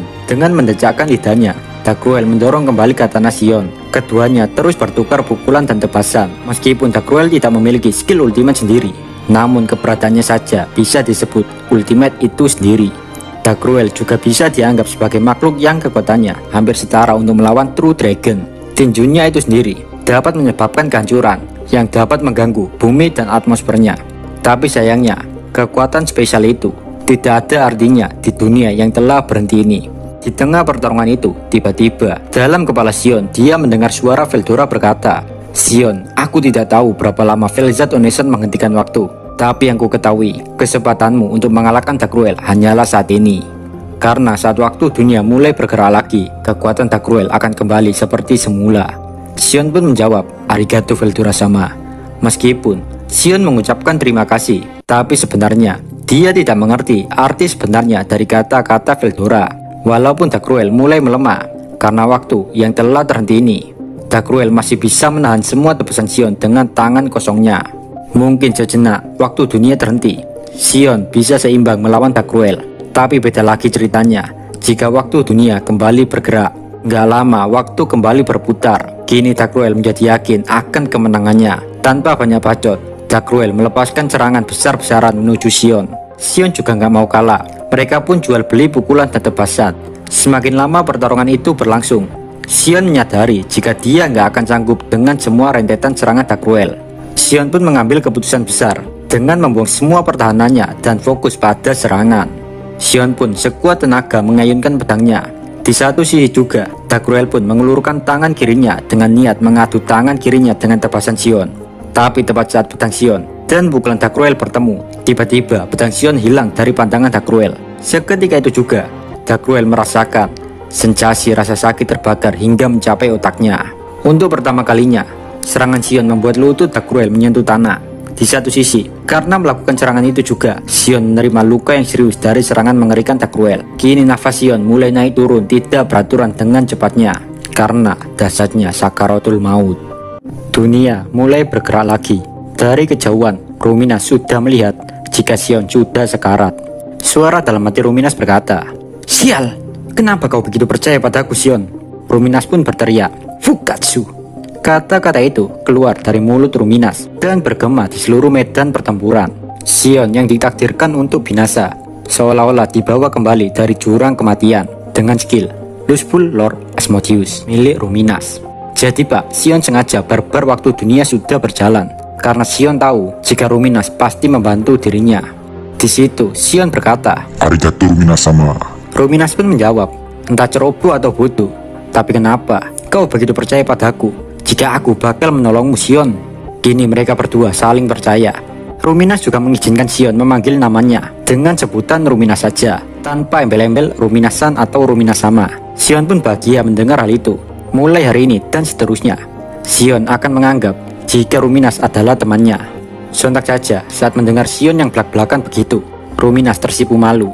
Hal itu terlihat dari wajah Ruminas yang mulai memerah. Namun suasana tegang itu dalam sekejap hancur saat Veldora tiba-tiba tertawa. Wahahaha. "Kau hebat, Xion. Kau melakukannya dengan baik. Aku tidak percaya jika kau bisa bertahan selama ini, Xion." Mendengar hal itu, Ruminas langsung melototi Veldora dengan penuh kebencian. "Kenapa kau ada di sini, naga jahat?" ucap Ruminas. Melihat aura-aura dendam Ruminas, Veldora pun langsung ketakutan. Meski ketakutan, Veldora mencoba untuk tetap membusungkan dadanya. Lantas Veldora berkata, "Aku di sini karena aku mengkhawatirkan kalian semua." Walaupun Veldora sudah menjelaskan sebaik-baiknya, tatapan Ruminas tidak berubah sama sekali. Suasana semakin mencekam hingga membuat Veldora ingin melarikan diri dari tempat ini. Tapi tiba-tiba, Wahahaha. "Sudah berapa lama aku tidak merasakan sensasi ini? Kau hebat, Xion, bisa membuat darahku mengalir dan lututku menyentuh tanah. Tidak ada yang bisa sejauh ini melukaiku selain Veldanava. Jadi berbanggalah untuk hari ini." Dagruel pun bangkit kembali dengan aura besar yang tetap tidak berubah sejak pertarungan dimulai. Melihat hal itu, Veldora pun melirik Dagruel. Veldora berkata, "Kau masih sanggup berdiri, Dagruel. Kalau begitu, kau, Xion, untuk sekarang simpan tenagamu dan istirahatlah. Sedangkan kau, Dagruel, bersiaplah, aku akan menjadi lawanmu. Dan mari kita akhiri pertempuran ini." Setelah mengatakan itu, Veldora maju tepat di depan Dagruel. Dagruel juga menganggukkan kepalanya sambil mengatakan, Wahahaha. "Jadi begitu, pertarungan naga dan Titan ya. Aku harap kau tidak menahan diri, Veldora." Setelah kata-kata itu keluar dari mulut Dagruel, dia memanggil Graceport dan Fen. Dan seketika suasana berubah. Tubuh Dagruel melepaskan aura yang sangat kuat. Sebelum pertarungan dimulai, Veldora mengingatkan kepada semuanya agar menyiapkan sebuah penghalang yang sangat kuat untuk melindungi diri. Karena bagi Veldora, pertarungan kali ini akan benar-benar gila dan gak ngotak, Pak. Veldora juga mengatakan kepada 3 anak Dagruel di situ, Dagura, Ryura, dan Debura, "Lihatlah seksama dengan mata kalian. Aku akan membunuh papa kalian. Apa yang akan kalian saksikan kali ini akan menjadi sejarah yang tidak pernah dunia lupakan." Mendengar hal itu, 3 anak Dagruel hanya bisa tercengang, tidak bisa berkata apa-apa. Mereka hanya mengerti jika sesuatu yang luar biasa akan terjadi. Mereka pun berkata, "Dipahami, Veldora sama." Veldora pun membalikkan badannya dan mulai menatap Dagruel lagi. Tapi kini bedanya, Dagruel tidak sendirian. Kini dia didampingi oleh Fen dan Graceport. Mereka bertiga sedang melakukan ritual sesat. Setelah ritual selesai, dalam sekejap, Graceport dan Fen, tubuh mereka berubah menjadi cahaya yang cerah dan masuk ke tubuh Dagruel. Sedangkan tubuh Dagruel yang menerima kedua cahaya itu, dia berubah menjadi dewa kehancuran yang dibalut dalam jumlah energi yang tak terbayangkan, yang bisa disebut Asura. Kini Dagruel sudah bergabung dengan kedua adiknya. Sekarang dia memiliki 3 wajah dan 6 lengan. Xion dan yang lain akhirnya mengerti tentang ucapan Veldora untuk tidak ikut campur, karena mereka merasakan akan ada pertarungan yang tidak pernah mereka bayangkan. Sementara Veldora yang melihat hal itu, dia hanya bisa tertawa. Wahahaha. "Apakah itu wujudmu yang sebenarnya, Dagruel? Baiklah, aku juga akan terus melawanmu." Setelah mengatakan itu, Veldora pun berubah menjadi naga hitam yang sangat mengerikan. Dan akhirnya, pertarungan mitos di antara 2 makhluk yang paling mengerikan dalam sejarah Isekai dimulai. Dagruel, inkarnasi kehancuran, dan Veldora, Raja Badai. Kesamaan kekuatan mereka adalah kilat atau petir. Jadi keduanya memiliki ketahanan petir yang sangat tinggi. Pertarungan dimulai dengan Veldora dan Dagruel yang saling beradu kekuatan kilat atau petir. Mereka saling membidik dan menembak satu dengan yang lain. Hal itu membuat area pertempuran dipenuhi petir. Keduanya adalah musuh lama, dan mereka juga mengenal kekuatan musuhnya masing-masing. Tapi ini pertama kalinya Darkruel menghadapi Veldora dengan bentuk terkuatnya. Saat ini Darkruel merasakan darahnya mendidih gembira, karena akhirnya dia menemukan musuh yang layak untuknya. Di situ Darkruel pun mengeraskan tubuhnya sekeras berlian. Jadi segala jenis serangan gak akan mempan kepada Darkruel. Bahkan jika ada seorang pendekar pedang yang ketajaman pedangnya bisa mengiris biji kejantanan pun gak akan bisa menggores tubuh Darkruel. Melihat perubahan Darkruel, Veldora hanya tertawa dan dia mulai melempar badai petir, Lightning Storm Roar. Tapi dengan mudahnya Darkruel menerima serangan itu dengan satu tangannya, dan serangan Veldora itu pun menghilang begitu saja. Dengan gagahnya Darkruel mengatakan, "Tidak ada gunanya Veldora. Bukankah aku sudah mengatakan bahwa teknik dangkal seperti ini tidak akan mempan terhadapku?" Tapi Veldora tidak peduli. Dia pun menciptakan klonnya untuk terus menembak Darkruel dengan petirnya. Sedangkan tubuh utama Veldora menyerang Darkruel dengan cakar naganya.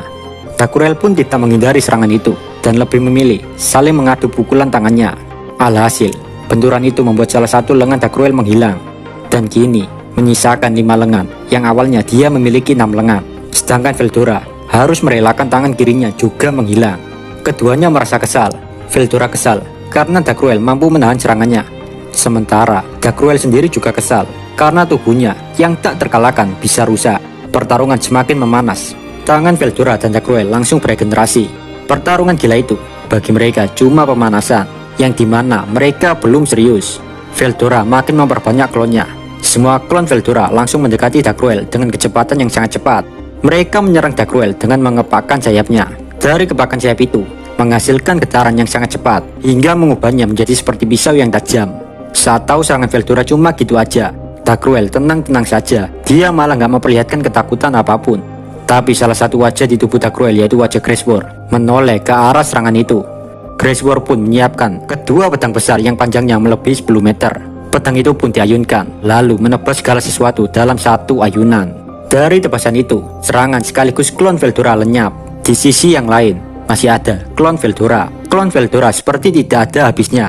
Salah satu wajah di tubuh Darkruel, yaitu wajah Fen, menghadap ke depan dengan kekuatan mata kebenarannya. Fen menganalisis energi semua klon Veldora, dan dia menemukan ada klon yang memiliki jumlah energi terbesar di antara klon yang lain.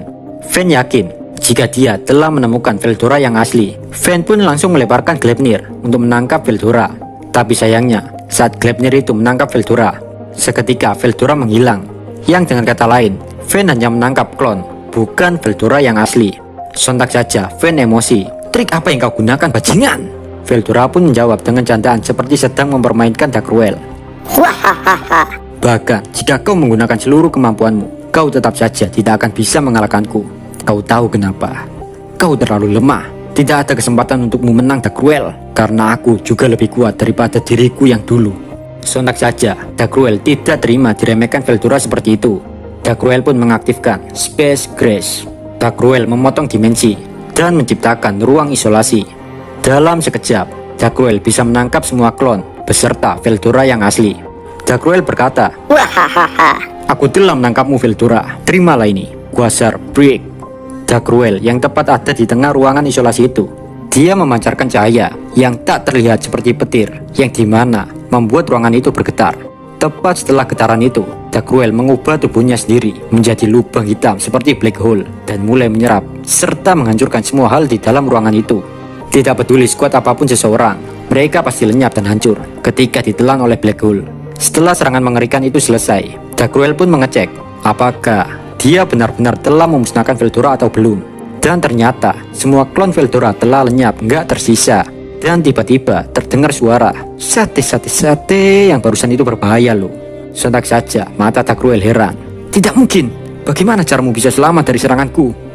Darkruel tidak bisa menerima fakta jika Veldora bisa bertahan dari serangannya. Di situ Veldora tertawa. Wahahaha. "Hal seperti ini bukan masalah besar bagiku." Meskipun Veldora berpura-pura baik-baik saja, tapi nyatanya sayapnya compang-camping dan seluruh tubuhnya terluka. Veldora dapat bertahan dengan memanfaatkan skill ultimate Chaotic Lore Nyala Totem. Bagi Veldora sendiri, teknik Darkruel yang barusan adalah teknik yang sangat menakutkan. Sedikit saja Veldora terlambat, auto jadi bubur. Kini Veldora memiliki sisa energi 50%. sedangkan Dark Cruel hanya memiliki sisa energi 40%. Pertarungan antara Dark Cruel dan Veldora membawa kehancuran yang luar biasa untuk daerah di sekitar pertarungan mereka. Salah satu orang yang tidak suka, bahkan dendam dengan pertarungan mereka adalah Ruminas.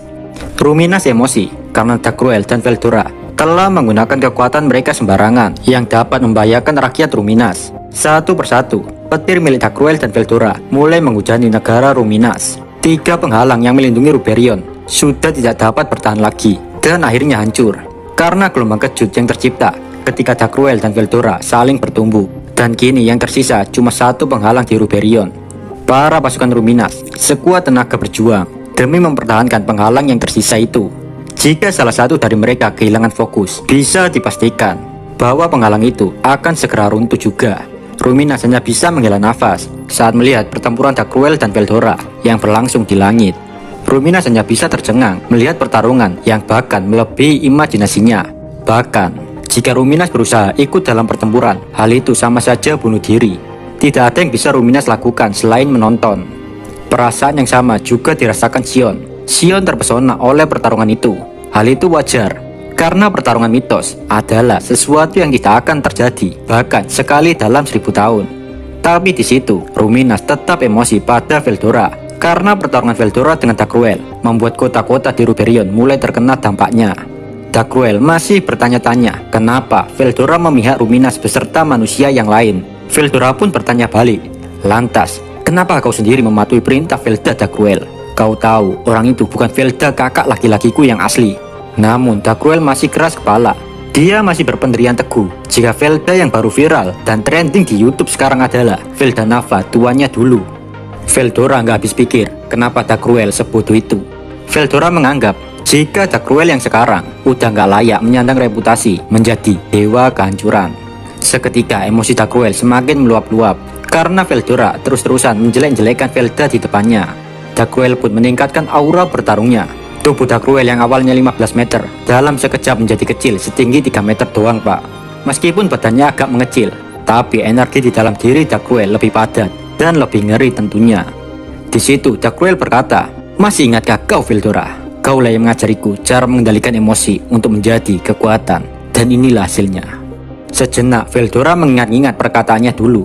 Setelah Veldora mengingatnya, ternyata pengetahuan mengendalikan emosi menjadi kekuatan Veldora ketahui dari sebuah kitab yang bernama Manga. Melihat Dark Cruel yang makin kuat, Veldora juga ikutan tertantang. Veldora memadatkan energi dalam tubuhnya, dan seketika Veldora menjadi bentuk manusianya.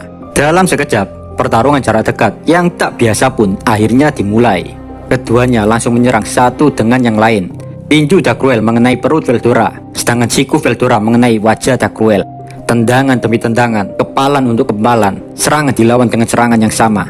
Baku hantam itu berlangsung berjam-jam, tapi tak ada satupun dari mereka yang kelelahan. Mereka terus jual beli pukulan dan tendangan dari bumi ke langit dan langit ke bumi. Segala tempat yang melewati pertempuran mereka auto rusak dan meledak. Walaupun mereka menyebabkan kerusakan besar di sekitarnya, keduanya sudah tidak peduli lagi. Veldora masih menunggu celah untuk menghabisi Dark Cruel. Sambil baku hantam, Veldora berkata, "Kuperingatkan lagi Dark Cruel, berhentilah mematuhi Velda si penipu itu."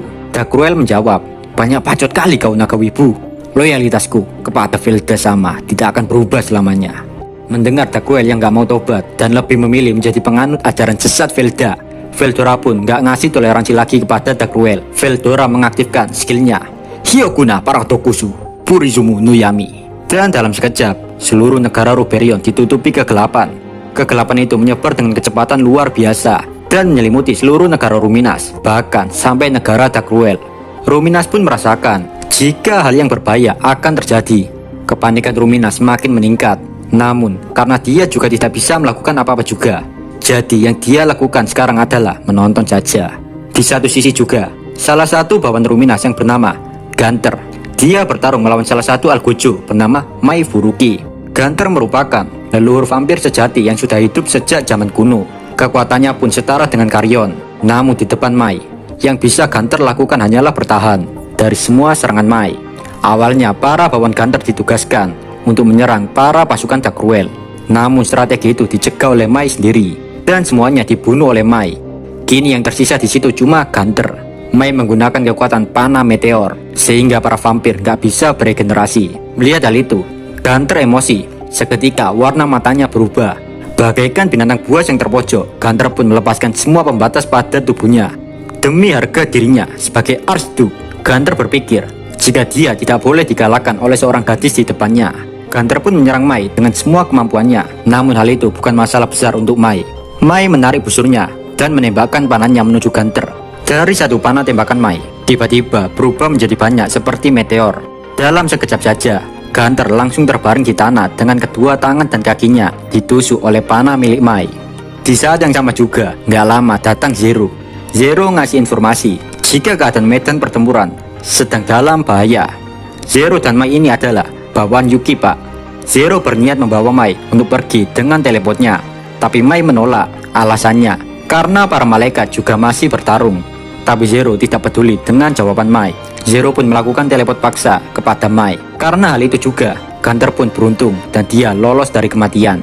Sebelum itu, kita sedikit flashback sebelum Zero membawa Mai untuk teleport. Saat itu, bawaan Hinata yang bernama Arnold memimpin kesatria suci untuk mencegat para malaikat. Namun, waktu komandan pasukan malaikat datang, pola serangan dan gerakan malaikat menjadi sangat berbeda. Para malaikat dengan setia mematuhi perintah komandannya. Mereka tidak peduli mau mati atau tidak. Mereka, para malaikat, menyerang seperti mau mengorbankan dirinya. Di antara mereka juga ada malaikat yang melakukan serangan bom bunuh diri, yang dimana hal itu membuat medan pertempuran dikuasai para malaikat. Sehingga para ksatria suci pun menyimpulkan jika nggak ada pilihan lain selain mengalahkan komandan malaikat. Namun saat mereka mencoba melakukan strategi tersebut, mereka gagal. Karena ada seorang pria sekaligus komandan yang bernama Zero menghadang para ksatria suci. Meskipun kuat, Zero tidak menyerang sama sekali. Dia selalu bertahan melawan serangan para ksatria suci, terutama menahan semua serangan Arnold dengan menggunakan perisai besarnya. Zero seolah-olah bisa melihat semua serangan Arnold. Sambil menahan semua serangan, Zero juga memerintahkan para malaikat untuk fokus menyerang dan menembus penghalang. Karena Arnold menemui kebuntuan, dia menarik pasukannya dan memikirkan kembali strategi lagi.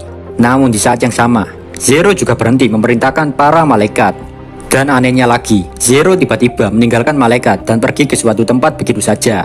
Hal itu membuat Arnold bingung, sedangkan para malaikat yang kehilangan komandannya membuat para malaikat menyerang asal-asalan. Jadi kayak bot di Mobile Legends gitu, Pak. Arnold yang masih bingung memilih memerintahkan pasukannya untuk mencegat para malaikat. Nggak lama setelah itu, kegelapan menelan seluruh negara Ruberion. Kegelapan itu adalah skill dari Veldora. Hal ini Veldora lakukan karena skill milik Veldora mampu memulihkan apapun yang terkena kegelapan. Yang dengan kata lain, harus ada tumbal, Pak. Dan Veldora akan menumbalkan Darkruel beserta para malaikat. Di sini Darkruel nggak tahu jika Veldora akan menumbalkan malaikat juga. Yang Darkruel tahu, efek skill Veldora bisa menyembuhkan apapun, bahkan untuk menyuburkan tanah. Dan tumbalnya cukup Darkruel saja. Darkruel bertanya-tanya, kenapa kau ingin memulihkan tanah ini? Apakah kau melakukan agar aku berhutang budi padamu? Veldora pun menjawab, Wahahaha. kau salah paham, Darkruel. Aku tidak melakukan semua ini untukmu. Aku hanya ingin membuktikan jika aku lebih kuat darimu. Di satu sisi juga, aku ingin menyuburkan tanah ini untuk memperbaiki suasana hati Ruminas. Aku juga tidak berpikir jika efek skill ini bisa menjangkau negaramu. Darkruel hanya tersenyum, dan dia berkata, kau masih saja berpura-pura, Veldora. Jika itu maumu, maka aku tidak akan menganggap ini sebagai hutang budi. Mereka berdua pun tertawa bersama dengan bahagianya. Veldora pun berniat melanjutkan jutsu miliknya. Sedangkan Darkruel pun bertanya lagi, tidak mungkin kau bisa melakukannya, Veldora. Energimu tidak akan cukup. Dengan senyuman psikopat, Veldora berkata, aku lupa memberitahumu, Darkruel. Aku akan menumbalkan para malaikat. Sontak Darkruel langsung emosi. Bajingan kau, Veldora. Apakah kau juga akan menumbalkan anak buahku juga, ha?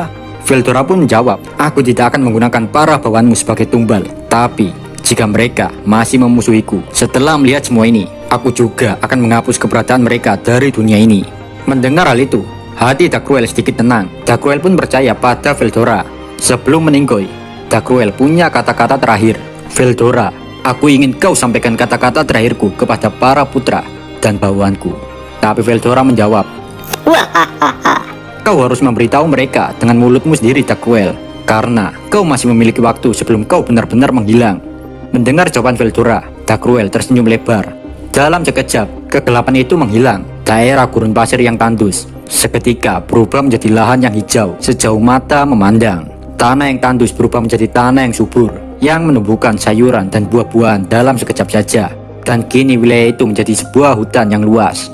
Di samping Veldora, ada Dagruel yang akan melakukan pidato. Minasan, tutup mati, iki, oke? Kalian semua dengarkan aku. Aku menetapkan Dagura sebagai penggantiku. Sedangkan kalian, Ryura dan Debura, bantulah Dagura demi kejayaan para ras raksasa. Sementara kalian anak buahku yang bodoh-bodoh, kalian semua harus mematuhi Dagura sebagai raja kalian. Mendengar hal itu, ketiga anak Dagruel pun bersumpah akan melaksanakan perintah Papa Dagruel dengan segenap jiwa raganya. Mendengar jawaban anaknya yang bodoh, Dagruel mengangguk dengan penuh kepuasan. Aku sedikit sedih karena tidak bisa melihat akhir perang besar ini. Baiklah, itu saja yang bisa Papa sampaikan kepada kalian semua. Sayonara minasan, Papa pulang dulu ke akhirat. Setelah Dagruel mengucapkan kata-kata perpisahannya itu, dalam sekejap Dagruel tersedot ke tanah dan menghilang begitu saja. Ketika anak Dagruel menangis histeris. Papa. Dan dengan demikian, invasi para pasukan Dagruel gagal. Malaikat yang menyerang juga sudah dikorbankan tanpa ada yang tersisa. Kini pasukan sekutu Rimuru dan Ruminas telah berhasil mempertahankan tanah air Ruberion tercinta. Saat suasana duka itu masih berlangsung, tiba-tiba Ruminas datang menghampiri Veldora. Apa maksudmu melakukan ini semua, Veldora? Melihat ekspresi Ruminas yang penuh emosi, Veldora pun heran. Suara dalam hati Veldora berkata, sial, kenapa rencana sempurnaku tidak bisa meluluhkan hati Ruminas? Apakah aku melakukan kesalahan? Karena bingung mau mengatakan apa, Veldora dengan keringat dingin mengatakan, Ruminas, kali ini aku ada urusan yang harus diselesaikan. Jadi kita bicarakan lain kali saja. Setelah mengatakan itu, Veldora langsung kabur dengan terbang berkecepatan tinggi, melebihi kecepatan saat bertarung melawan Dagruel. Saat melihat hal itu, Ruminas makin emosi. Bajingan, dia lari lagi. Aku tidak akan memaafkan kadal idiot itu. Tepat hari kedua setelah deklarasi Velda, para warga negara Ingrasia jatuh ke dalam kekacauan. Ada orang yang melarikan diri demi kehidupan mereka, ada orang yang melakukan kerusuhan, dan ada juga orang yang menyambut kematian sesuai keinginan Velda. Sedangkan tugas Hinata dan kawan-kawan di sini adalah membimbing warga untuk berlindung sekaligus berusaha agar kecemasan warga tidak semakin menggila. Hinata merasa putus asa saat memahami situasi saat ini. Meskipun begitu, Hinata nggak mau menunjukkan kecemasannya karena takut para warga semakin gelisah. Kini gereja utama di Ingrasia dipenuhi dengan penduduk yang berlindung di dalamnya. Di situ Hinata didampingi Nicholas. Mereka berdua menjelaskan kepada warga jika masih ada harapan, yaitu Demon Lord Rimuru.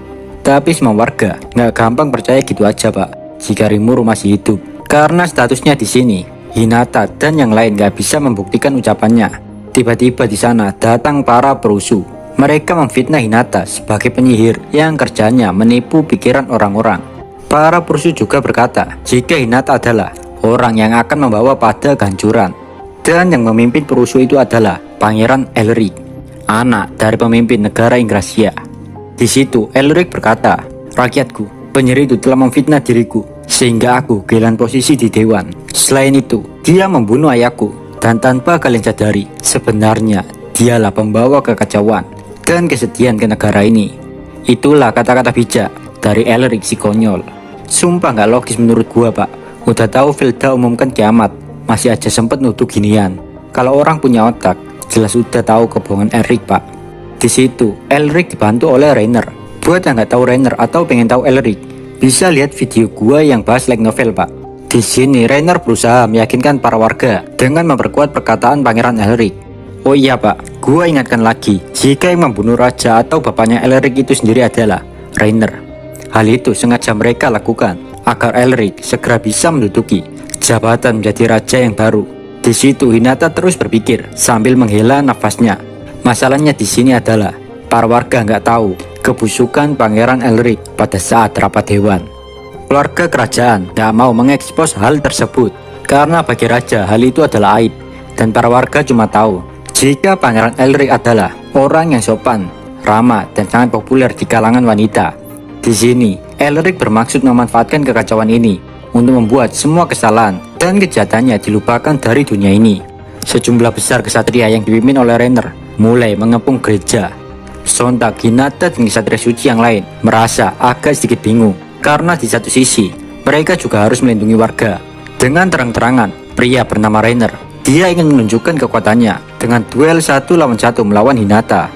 Melihat Rainer yang begitu sombong, salah satu bawahan Hinata yang bernama Freeze dengan senang hati meladeni Rainer. Menurut Freeze, tampaknya Rainer ingin menghapus aibnya karena mengompol saat di rapat dewan. Bagi Rainer, jika dia bisa mengalahkan Hinata di depan semua orang, maka namanya juga bisa bersih. Saat tahu motif Rainer melakukan ini, seorang pria bernama Nicholas berkata, dia tidak bisa dimaafkan. Kita harus membunuhnya. Orang rendahan itu pantas mati. Setelah mengatakan itu, Nicholas pun mulai menghampiri Rainer. Tapi hal itu dihentikan oleh Leonard. Leonard mengatakan, tunggu dulu Nicholas. Jika kau melakukannya, maka kau sama saja mempermudah musuh melakukan sandiwaranya. Hinata sudah membulatkan tekadnya untuk menghadapi musuh sendirian. Sedangkan para bawahannya disuruh untuk memperkuat pertahanan untuk melindungi para warga. Di masa darurat ini, di mana orang harus berpikir tentang tindakan melawan malaikat dan Velda, masih ada saja orang yang melakukan tindakan yang benar-benar bodoh seperti Rainer dan Elric. Aduh, nggak paham lagi gua, Pak. Di situ Nicholas sempat mencoba menghentikan Hinata, tapi Hinata berkata, jangan khawatir, aku tidak berniat untuk mati. Dengan mengorbankan tubuhnya untuk mengulur waktu, Hinata disiksa begitu sadis oleh Rainer. Alhasil, pakaian Hinata compang-camping, bahkan robek. Memar hitam juga terlihat di sekujur tubuhnya. Segala tendangan dan pukulan hingga jari Hinata patah. Tapi anehnya, tidak ada yang menyiksa wajah Hinata. Melihat keadaan Hinata yang udah babak belur, Nicholas pun berteriak, Hinata sama... Di situ Rainer tertawa. Wahahaha. Hinata, kau lebih cocok berguling-guling di tanah. Seketika, Leonard emosi. Bajingan kau Rainer, bukankah ini pertarungan 1 lawan 1 yang adil? Rainer pun melihat Hinata dan dia pun menjawab, jika kau menangis dan memohon ampunan, maka aku akan menunda kematianmu Hinata. Melihat hal itu, Freeze tanpa banyak bacot langsung menarik pedangnya. Tapi Hinata menghentikan tindakan Freeze tersebut. Hinata yang terbaring di tanah mulai berdiri sambil terhuyung-huyung. Melihat Hinata yang masih sanggup berdiri, Rainer makin tertawa. Wahahaha. Tidak peduli berapa kali pun kau mencoba, kau tidak akan bisa menang melawanku. Namun jika itu maumu, aku bisa menyiksamu lagi Hinata. Sebelum Rainer menyerang Hinata, Rainer membisikkan Hinata, jangan melawan jika kau tidak ingin diserang oleh semua orang sekaligus. Tanpa banyak mikir, Hinata menuruti ucapan Rainer. Rainer pun mulai menyiksa Hinata lagi. Tapi Rainer tidak mau melukai wajah Hinata. Tujuan Rainer melakukan itu adalah karena dia memiliki fetis melihat wajah cantik Hinata yang mendesak kesakitan.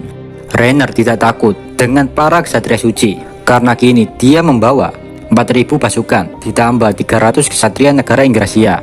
Tapi tiba-tiba, ting! Pedang Rainer ditangkis seseorang dan dia adalah Masayuki. Masayuki berkata, Hinata Nechan, aku datang untuk membantumu. Semua warga yang melihat hal itu langsung berteriak, Masayuki sama telah kembali. Masayuki, Masayuki. Rainer yang melihat Masayuki matanya langsung melotot. Mendengar semua sorakan itu, Masayuki melakukan apa yang diperintahkan Rimuru, yaitu dia memiringkan lehernya lalu mengarahkan pandangan ke bawah sekitar 2 detik. Kemudian dia memalingkan wajahnya ke depan untuk menatap orang-orang. Hanya dengan melakukan itu, tingkat kegembiraan para warga semakin meningkat. Sebelum perang besar ini dimulai, Masayuki sudah dipanggil oleh Rimuru untuk mendatangi setiap negara dengan tujuan menenangkan hati orang-orang. Di situ juga Diablo memuji Masayuki. Seperti yang diharapkan dari Masayuki Dono, kau lebih baik daripada iblis dalam hal menenangkan pikiran orang lain. Aku mengagumimu Masayuki. Mendengar hal tersebut, Masayuki tidak bahagia sama sekali dipuji Diablo. Namun untuk beberapa alasan, Diablo anehnya senang dengan sifat Masayuki. Diablo juga berkata, jika Masayuki-san pergi ke banyak negara, maka Anda memerlukan pendamping. Diablo pun memanggil bawahannya yaitu Venom. Berkat Venom juga, Masayuki bisa pergi ke segala tempat dengan cepat melalui teleport. Di hari kedua, ketika Velda menyatakan bahwa Rimuru dikalahkan, Masayuki dengan mudahnya menghilangkan semua keresahan warga dengan pidato singkatnya. Bagi Masayuki, jika Rimuru benar-benar mati, maka bawahan Rimuru akan bertindak lebih barbar lagi.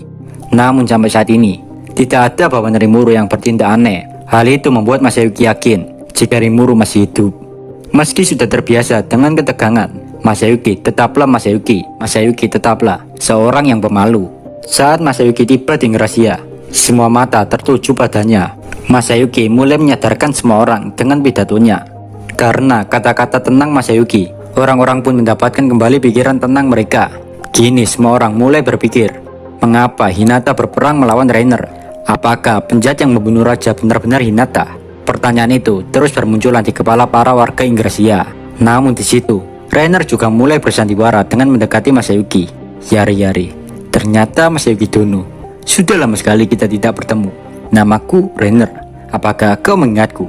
Saat ini Ucapan Reiner tiba-tiba terhenti karena nggak lama datang salah satu prajurit bersujud dan minta maaf di hadapan Masayuki. Prajurit itu mengatakan jika Reiner telah berbuat dosa besar, yaitu membunuh raja. Saat tahu rahasianya dibocorkan, Reiner langsung emosi. Dia berpikir untuk membunuh anak buahnya. Namun Reiner nggak bisa melakukan hal tersebut karena Reiner dihalangi oleh banyak orang yang berada mengelilingi Masayuki. Di situ juga Pangeran Elric langsung mengakui dosa-dosanya. Sontak saja Masayuki heran, kenapa hal yang ribet bisa selesai semudah ini. Jadi sebenarnya Masayuki belum menyadari jika dia telah membangkitkan skill barunya yang bernama Mesias. Dengan skill itu, maka orang yang memiliki dosa akan mengakui dosanya tanpa ditanya. Jadi Pak, orang-orang yang memiliki mental lemah saat mendengar ucapan Masayuki atau pidato Masayuki, atau bahkan pertanyaan gak jelas Masayuki, maka orang itu akan mengakui kesalahannya. Sedangkan Reiner yang memiliki mental kuat, dia tidak terpengaruh oleh skill Mesias Masayuki ini. Tapi tetap saja, Reiner nggak memiliki hak untuk membela diri. Ya gimana mau membela dirinya sendiri Pak, jika semua pasukannya, bahkan Elric sudah mengakui kejahatannya. Kini yang Reiner rasakan adalah emosi yang meluap-luap dalam dirinya. Usaha yang dia lakukan untuk menaikkan reputasinya berakhir dengan kegagalan. Reiner yang tidak memiliki rencana lain pun akhirnya berteriak, "Shinde!" Reiner berlari sambil memegang pedangnya menghampiri Masayuki dengan niat membunuhnya. Melihat Reiner yang mulai menghampiri Masayuki, anak Didi Rimuru mulai menyemangati Masayuki. Masayuki-san, cepat habisi pria itu dan tunjukkan kehebatan Masayuki-san. Suara dalam hati Masayuki berkata, kenapa mereka begitu yakin jika aku kuat? Dengan terpaksa, akhirnya mau nggak mau, Masayuki tidak bisa mundur lagi dari pertempuran. Tapi tetap saja, di dalam lubuk hati Masayuki dia terus mengucapkan, Sial, sial. jika sudah begini aku beneran bisa mati. Namun pada saat pedang Reiner hendak mencapai Masayuki, seseorang berdiri di depan Masayuki. Orang itu adalah Hinata. Dengan tersenyum, Hinata berkata, bisakah kau menyerahkan pria ini kepadaku? Hinata berdiri sambil menatap Reiner dengan dingin. Dan tiba-tiba terdengar suara Nicholas. Hinata-sama, apakah kau baik-baik saja? Tidak bisakah kau serahkan masalahnya pada Masayuki Dono? Hinata tidak peduli dengan ucapan Nicholas. Tapi terlihat di mulut Hinata ada senyum kecil, senyum psikopat yang menakutkan. Hinata yakin jika semua rentetan kejadian ini seperti yang dia harapkan.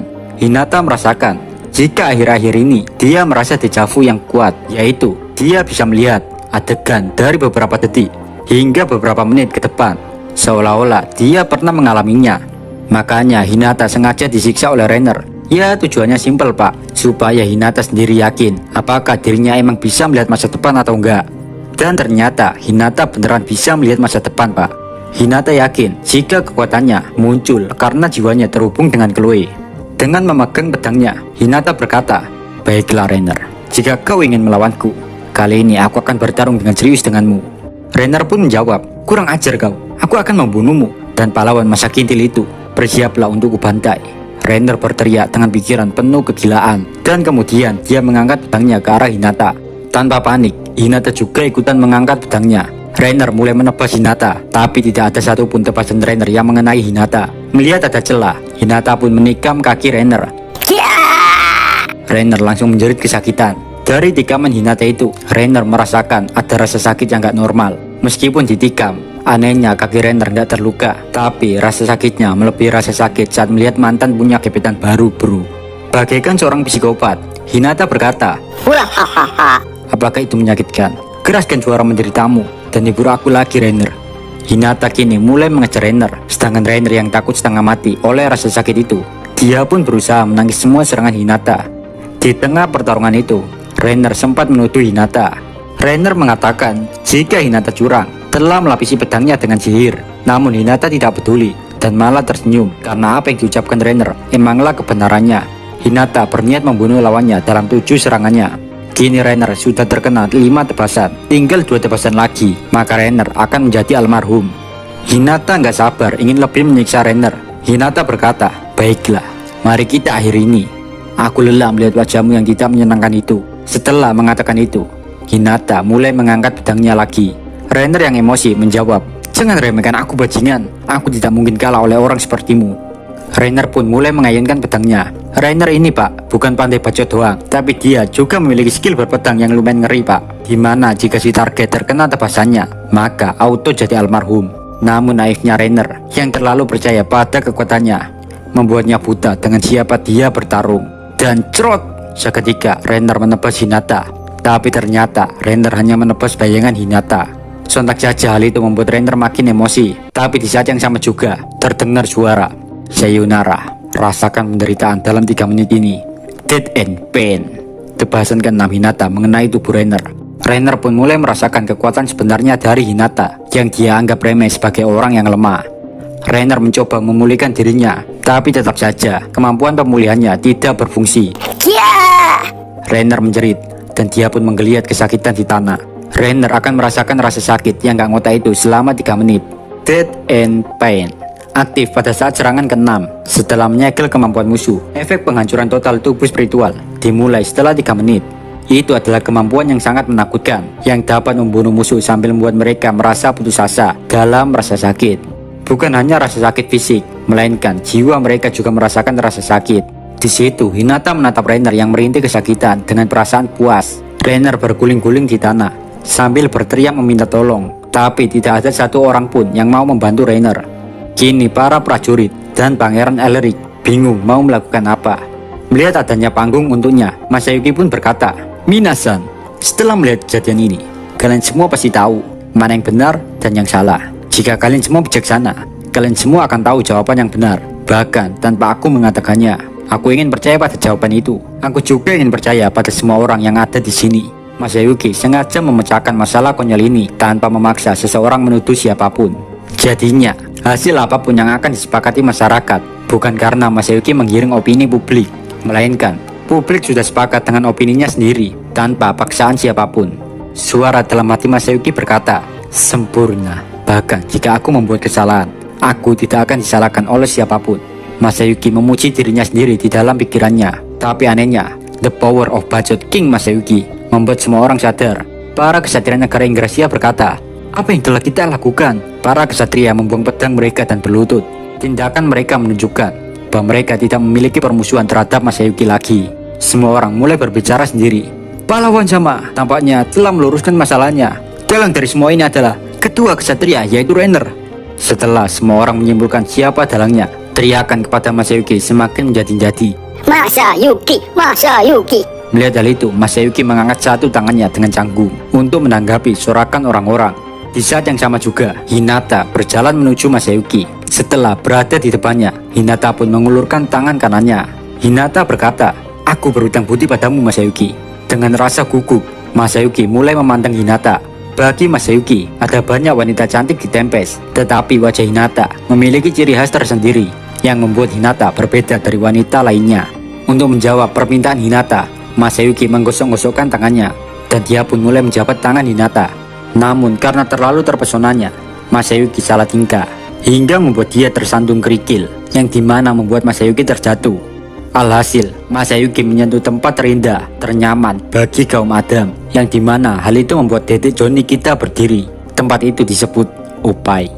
Jadi gini pak, saat Masayuki terjatuh, dia mendorong Hinata sehingga dia menyentuh itunya Hinata. Masayuki merasakan sensasi lembut di tangan kanannya. Dengan begitu hati-hati, sambil memejamkan matanya, tangan kanan Masayuki mulai meraba-raba. Apa ini kok enak? Semakin diputer-puter kok enak ya?